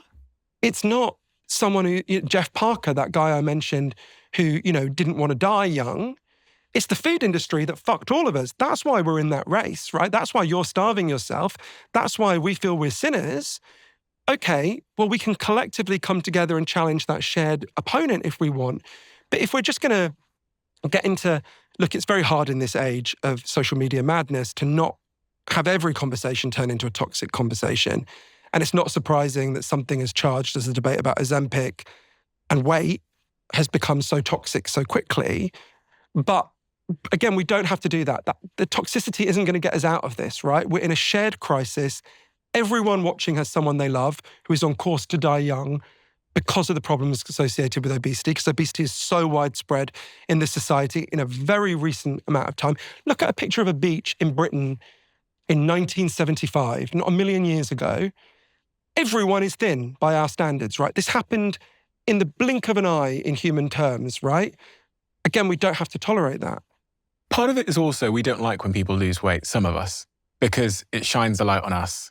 And I think about someone like Adele, who dropped a ton of weight very quickly. And the shocking thing when she dropped that photo, I think it was at like a birthday party, because she went from like being, a certain weight to then dropping weight very quickly. So because we don't see Adele's private life much, it was just this selfie she dropped. And if you look online at the reaction, people were betrayed. They felt betrayed by Adele's weight loss. Not because they're assuming she used Ozempic or anything, but the fact she's now not the way she was in terms of her weight, people were like almost angry about it. And the same happened with Rebel Wilson. When Rebel Wilson dropped a ton of weight, because in her book she talks about, she wanted to increase her chance of having a kid. So her doctor advised her to lose the weight. People were almost angry that they lost someone they could maybe relate to, or that made them feel a certain way about themselves, which I find to be really interesting, that we actually don't like it when someone loses weight. We've got to understand where that's coming from. Obviously, I don't support anyone being cruel to people online, and it's good for both Adele and Rebel Wilson that they've improved their health. But I think where it comes from, and a lot of these things that can seem a little bit odd that are kind of said, we've got to realize how much shame people are soaking up on this issue. If you have a BMI higher than 35 and you're a woman, 45% of women in that position get insulted every single day in public. every day, right? So you're walking through the world constantly being made to feel there's something wrong with you, being treated like shit. And I can see how people in that position develop a sort of parasocial relationship with Rebel Wilson or Adele. They're like, oh, look, we can look to Adele, and they feel trapped. They feel they can't lose weight. And then they see Adele and Rebel Wilson, and they're just like, oh, et tu, Brute, fuck you. You know, I get it. Now, it's not the right response. I would want to talk to them more about, okay, well, we want to think deeper about this, but I can see where it comes from. And I can see why some people look at me and go, you fucker, right? I totally get it. I suspect I would have felt that anger were I not me looking at me, right? Mm-hmm. So I get where the anger around this comes from. From the moment we're born in this culture, we are primed to be overweight, and we are primed to feel tremendous amounts of shame about being overweight, right? And anything that comes along and brings up those stories and forces us to think to them, brings them to the surface, like these new weight loss drugs, just leaches out of all of us so many negative and angry and hurt feelings. And I felt it myself, right? I felt so much self-doubt all the way through this. I still feel self-doubt about it. I still have days where I wonder, am I doing completely the wrong thing? So I do think we have to understand where it's coming from and not just sort of, I know you're not doing this, you're always interested in understanding where people come from, but it's tempting to just condemn people and go, look at this bad behavior. And I'm always more interested when people are behaving badly, and it is cruel to say to Adele, you bitch, you betrayed us. I mean, I would never say anything bad to Adele anyway because I love Adele, but I saw her in Vegas, she's incredible. But I do think we always have to try to understand, and it comes from a place of profound pain, and that's not a pain that those people deserved, right? And that's a pain they should never have been subjected to. One of the really surprising things you talk about in your book is the relationship that Ozempic has on addiction. And I couldn't quite figure out why there'd be any impact on addiction if we start taking Ozempic drugs. You talk about how it eases the food chatter in our brains and the sort of food cravings we have. But then there's a lot of research you go into that shows Ozempic and these kinds of drugs can actually have an impact on our addiction to things like cocaine and alcohol. So this is much disputed, and there are serious scientists on both sides. But I found it mind-blowing and totally fascinating. So, for example, a woman called Elisabeth Gerhag, who's a professor at the University of Gothenburg in Sweden, has done some of the pioneering work on this. I interviewed her a lot.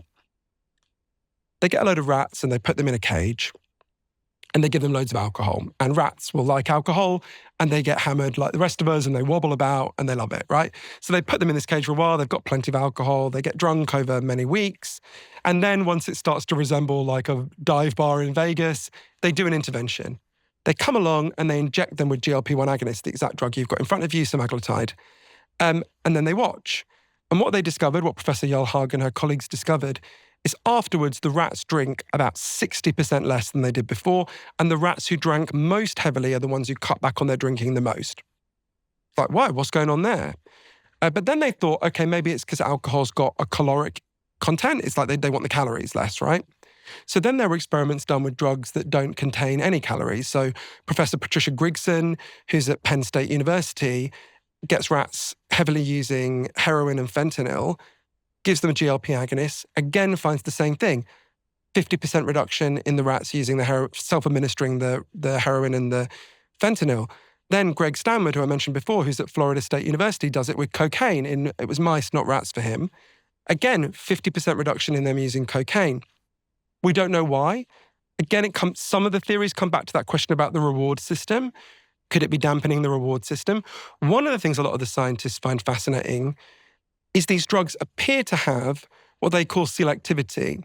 So selectivity is where the drug makes you want less of the Big Mac, but not less of a salad, right? So it doesn't just generally dampen, you don't just not eat at all. Some people do, malnutrition is a risk, but most people don't, right? So given that, some of them argue, again, it's highly speculative at this point, it seems to be downgrading your desire for things that are bad for you, but not things that are good for you, right? And I'm thinking, how can that be? That seems so weird. Let's imagine I'm Elton John, right? And I get my pleasure from playing music.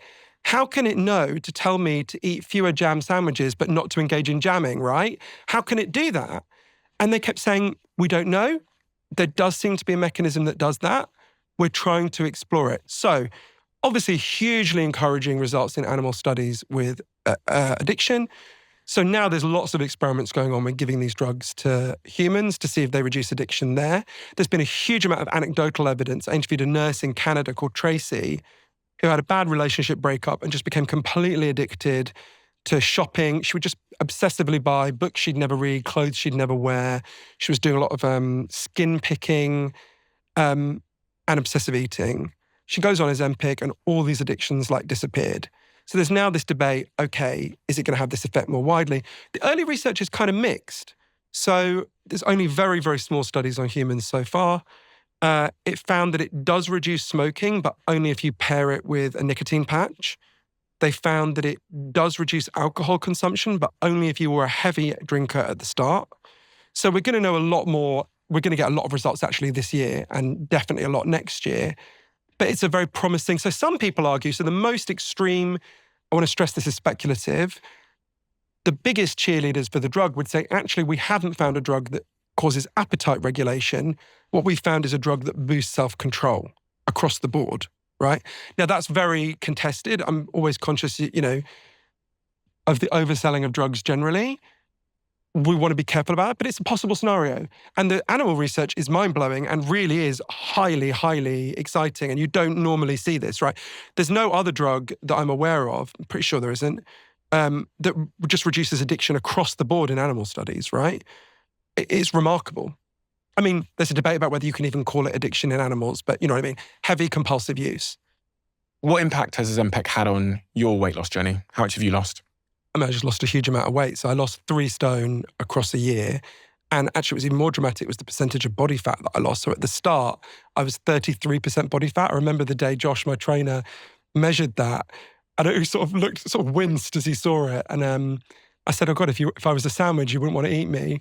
I later looked up whales at only 35% body fat. So it started disconcerting. So I went from 33% body fat to 22% body fat. So it was a really dramatic fall. And did you increase your dose? Yeah, so everyone starts at 0.25 milligrams, partly because the most common side effect by far is nausea, right? Almost everyone feels nauseous a bit when they start taking it. For some people, the nausea is unbearable. I interviewed someone called Sunny Newton in Vermont who said, it felt like an alien had entered her body and was thrashing and trying to get out. Yeah, a significant minority experience such extreme nausea, they just have to stop. For me, the nausea has now totally gone away. And Carel LaRue, one of the scientists who worked on this, said, look, when it comes to nausea, you've got to level with people. There are 2 kinds of drugs. There are drugs that have side effects and there are drugs that don't work, right? And he's right about that. But yeah, the nausea is pretty bad, but for me, it's all gone away now. I really do admire Oprah. I've watched her. She's kind of like a role model of mine for how she's kind of conducted herself throughout her career. And as you say, she's a friend of yours. And she's, I think, recently come out and admitted to using Ozempic. She's talked about how she struggled with weight for her life. And Ozempic has been a bit of a magic bullet, it seems, for her in her weight loss journey. You know her as a person. I've not been paying enough attention to her describing her decision to know why she decided to take Ozempic versus, some other form of dieting. Has she explained that? Yeah, she talks about it very movingly. She talked about it in an interview with People magazine and in a brilliant special for ABC, I think. Nobody has publicly tortured themselves with diets more than Oprah. There's this famous clip that you've probably seen where she comes on stage on her show and she's wheeling a huge bucket of fat. And that's the amount of fat she'd lost on this diet. And she describes very movingly in the special, she says it much better than I can, how she had starved herself to get that, right? And you think about, so she had tried all the extreme diet and exercise options that were available, and they'd always yo-yoed back for the reasons that we talked about before. So, and she had to have a knee operation. I'm not giving away anything. She's disclosed this. She had to have a knee operation, and she was very worried about her health. And so for those reasons, she's made this choice. There are lots of reasons to be worried about these drugs, but I have found it very hard when you talk to people who've really struggled with this, like that guy Jeff Parker I mentioned before in San Francisco, like Oprah. People who've made the decision to do it and seen the benefits of the weight loss, staggering benefits. Whatever the other arguments are, I don't want to argue against them, right? If you are taking these drugs and experiencing an enormous improvement in your health, as they both have and as lots of other people have, then that's been the right choice for you. Now, that won't be right for everyone. I met people who really regretted taking the drugs for all sorts of reasons, including many of the terrible side effects and risks. But I think we have to be truthful to the complexity of these drugs, right? I mean, one of the reasons it's called Magic Pill, the book, is because there's 3 different ways you could think about this as magic. Loads of people who take the drug go, this is magic, right? So the first form of magic is obvious. It seems to solve a problem so quickly, so effectively that you're like, whoa, it's like a miracle, right? That's one way. The second way is it could be magic like a conjurer's illusion, right? It could be like a magic trick. It seems to solve the problem but doesn't, or sets up and trains something else. Or the third way is think about almost every fable about magic is you get what you want, but then you get what you want in a way you didn't quite expect. You make a wish with the genie and you get what you want, but the wish doesn't quite work out how you thought. Most famous story about magic is Fantasia. The magic can spiral away from you. So I think one of the things we're still trying to figure out is what kind of magic is this? Is it a magic solution? Is it a magic trick? Or is it a magic solution that's going to spiral in all sorts of unpredictable directions? I have to say, when you were holding that pen and looking at me, I got weird, like you were doing slightly judgmental Dragon's Den eyes, and I was like, shit, how do I persuade him to invest in me? Right? It's so funny. I was thinking, I was having a conversation with myself and I was staring at it thinking, God, this would be easier than going, because after you leave here, I haven't eaten yet today, so I'm going to have my lunch and then I'm going to go to the gym for about an hour and a half. And much of the reason why I go to the gym is to try and stay in shape. I want to keep my belly fat off. I want to keep my muscles strong. I want to be strong. I want to look good. That's the reasons I go to the gym. Also, the positive consequence of me going to the gym later on after this conversation is it will make my brain feel really good. Yeah. Now, as I was looking down at the pen, I was thinking, I could take this and then the belly fat, wouldn't be there. But then I would lose the positive upside of the exercise that I'm going to get from going to the gym as well. So I was wondering to myself, are people going to exercise less? And is there a consequence to us not exercising as much to our mental health and our feelings of, happiness and all the things that exercise does for us? Yeah, the answer to both your questions is yes. People will exercise less and it will have negative effects. So we know... I want to add to that, the point that I alluded to earlier on. People are getting more and more sedentary. We're living in like a Vision Pro headset, don't need to move world. Well, you know what I mean? Mm. So we're going to be able to inject to keep the weight down, but we're still going to be moving less. And there's a lot of upsides to moving and exercise. Yeah, so we know that there are enormous benefits to exercise, which exist quite separate to the question of weight loss, right? If you exercise for 270 hours a year, you add 3 years onto your life, even if it doesn't cause weight loss, right? So that it benefits in terms of preventing disease, slowing down aging, mental health are just enormous from exercise. And I think you've gone to a really important drawback, which is, if you can get the benefit in the short to medium term just from a jab, but that calculation you were thinking through as you were holding the pen in the slightly sinister Dragon's Den way is a calculation lots of people are going to make. And there's a lot of things I'm not sure about in these drugs, but there's a few bits of advice which I am very sure about. If you are not overweight or obese, you definitely shouldn't take these drugs, right? You are incurring all the risks for none of the benefits. So that I'm certain of. And there are lots of people who are not overweight or obese who are taking the drugs to be super thin. My friend Elise Lonan, who used to be the chief content officer at Goop, said she won't even go out for dinner in LA with people we know now because no one eats anything. Yeah. You're just like, why did we come out for dinner? You're all starving. She says, dieting is out, elimination is in, the way she put it. So I'm confident about that.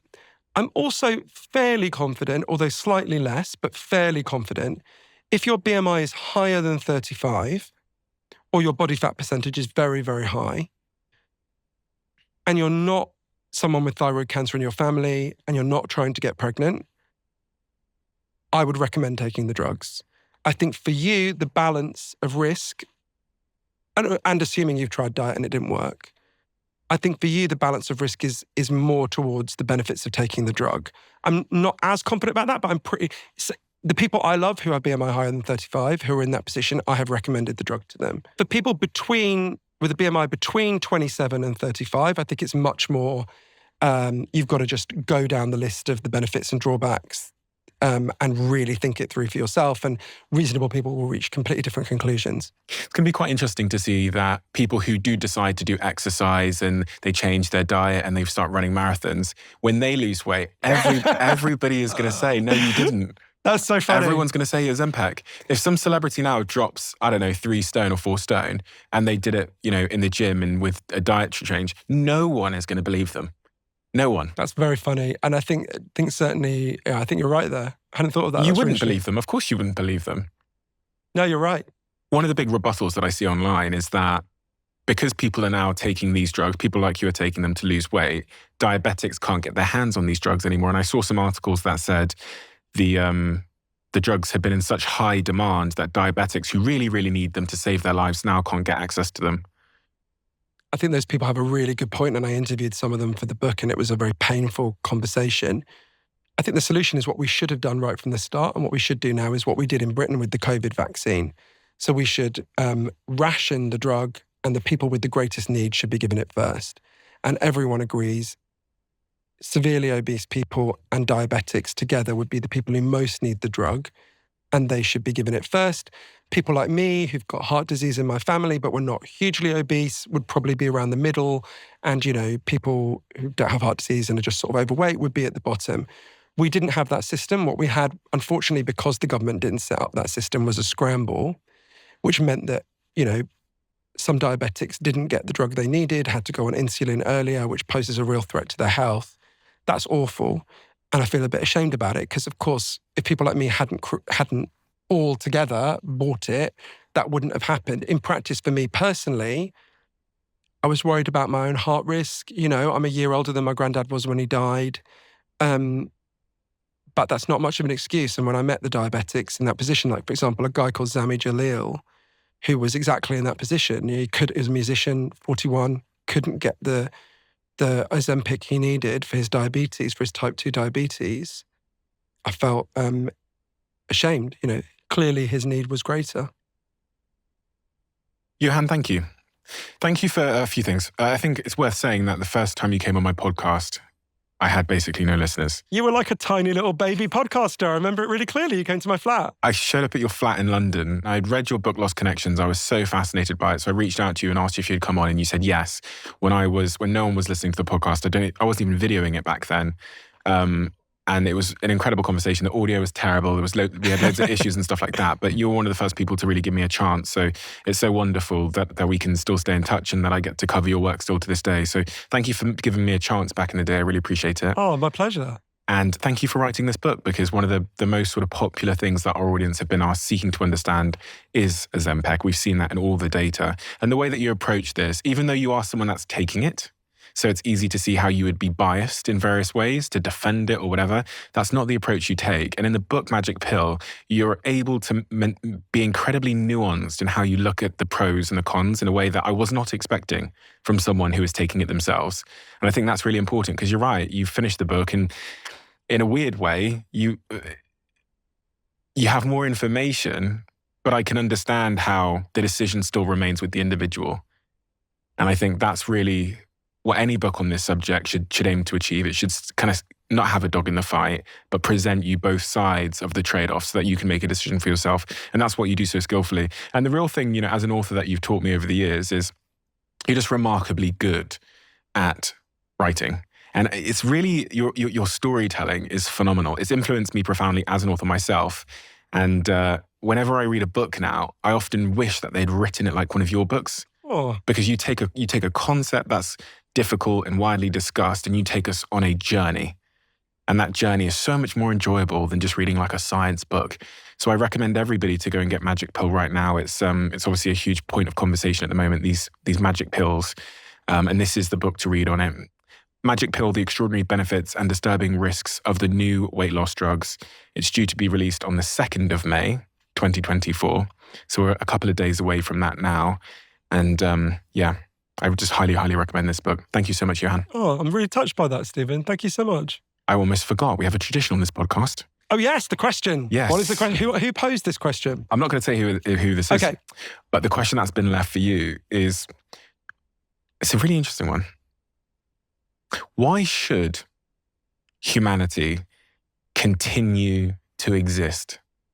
So, as you know, I've been writing for, 12 years now, 13 years, a book about a series of crimes that have been happening in Las Vegas that I'm not allowed to talk about, but it will come out next year, and I promise we'll finally talk about it. I think you're just saying this so you can hang out in Vegas. Exactly. Every time I see you, so you're just in Vegas writing a book, I'm like, where's the book, Johann? Yeah, there are many people in Vegas who said to me, yeah, your book's been a long time fucking coming, Johann. But so I know two people called Rob Banghart and Paul Beautreneau, who a lot of people won't know, but there's many thousands of homeless people who live in the drainage tunnels beneath Las Vegas. And Rob and Paul used to live in the tunnels. And Rob lived in a particular set of tunnels that I know very well and have spent a lot of time in. And in 2017, so Rob was known as Hobo Santa. He would steal things and give them to people. And he was also a kind of low-level dealer, very low-level. And there was a group of rival Cuban dealers who didn't like him. And one day in 2017, they hit him in the head with an axe, split his skull open, dragged him onto the railway tracks and left him there for a train to run him over. But fortunately, someone spotted him, pulled him off the tracks, and he survived. And in the next 6 months, as he recovered, he turned his life around. And he began to volunteer for a group that my friend Paul runs called Shine a Light, which is a group of people, overwhelmingly people who used to live in the tunnels, who managed to get out, turn their lives around, who now help the people who are still down there. They give them loads of practical things, from tampons to flashlights, and they, most importantly, give them support when they want to leave. And I've got lots of people out, and every month get people out of the tunnels, and I've seen them do it with some people I really love who were down there. And one day, a few years ago, I was with Rob, and so one day a few years ago, I was with Rob when he got word that a friend of his from the tunnels called Pickett had died. He'd OD'd in the tunnel they used to live in. So we went straight down there, and Pickett's stuff was still there. They'd taken away his body. And we bumped into a woman who also lives down there. And whenever Rob goes to the tunnels, even in a situation like that, he always brings supplies, food and stuff. And he said to her, who's in the tunnel over there? And she said, oh, you don't want to go there. And he said, why? And she named some people. And he said, no, I'll go there. I'll give them some stuff. And he went and gave them some stuff. Anyway, I didn't really think about it very much. I was thinking about Pickett and what had happened. And a few days later, I said to Rob, what did she mean when she said you don't want to go there? And he said, oh, it's just these guys. And I said, what guys? He said, oh, well, they're the guys who hit me in the head with an axe. They're the guys who tried to kill me. And I said, well, why did you go and help them? And he said, because they're human beings and they're suffering and they need help. And I thought a lot about Rob. Every day, him and Paul go back into those tunnels. They could do anything. They could leave and do a million things, right? They're incredibly intelligent and talented people. Every day they go back and they help the people who got left behind. And they make no money doing it, and they don't have great lives doing it in any material sense. And I say to them, why do you do it? And they say it's because it's the right thing to do. And if you said to me, why should human beings continue to exist? I could give you a load of abstract answers. I could talk to you about philosophy, and I could talk to you about art. And I'd just say, come and meet Rob and Paul. They're why humans should continue to exist. Thank you. Cheers, Stephen.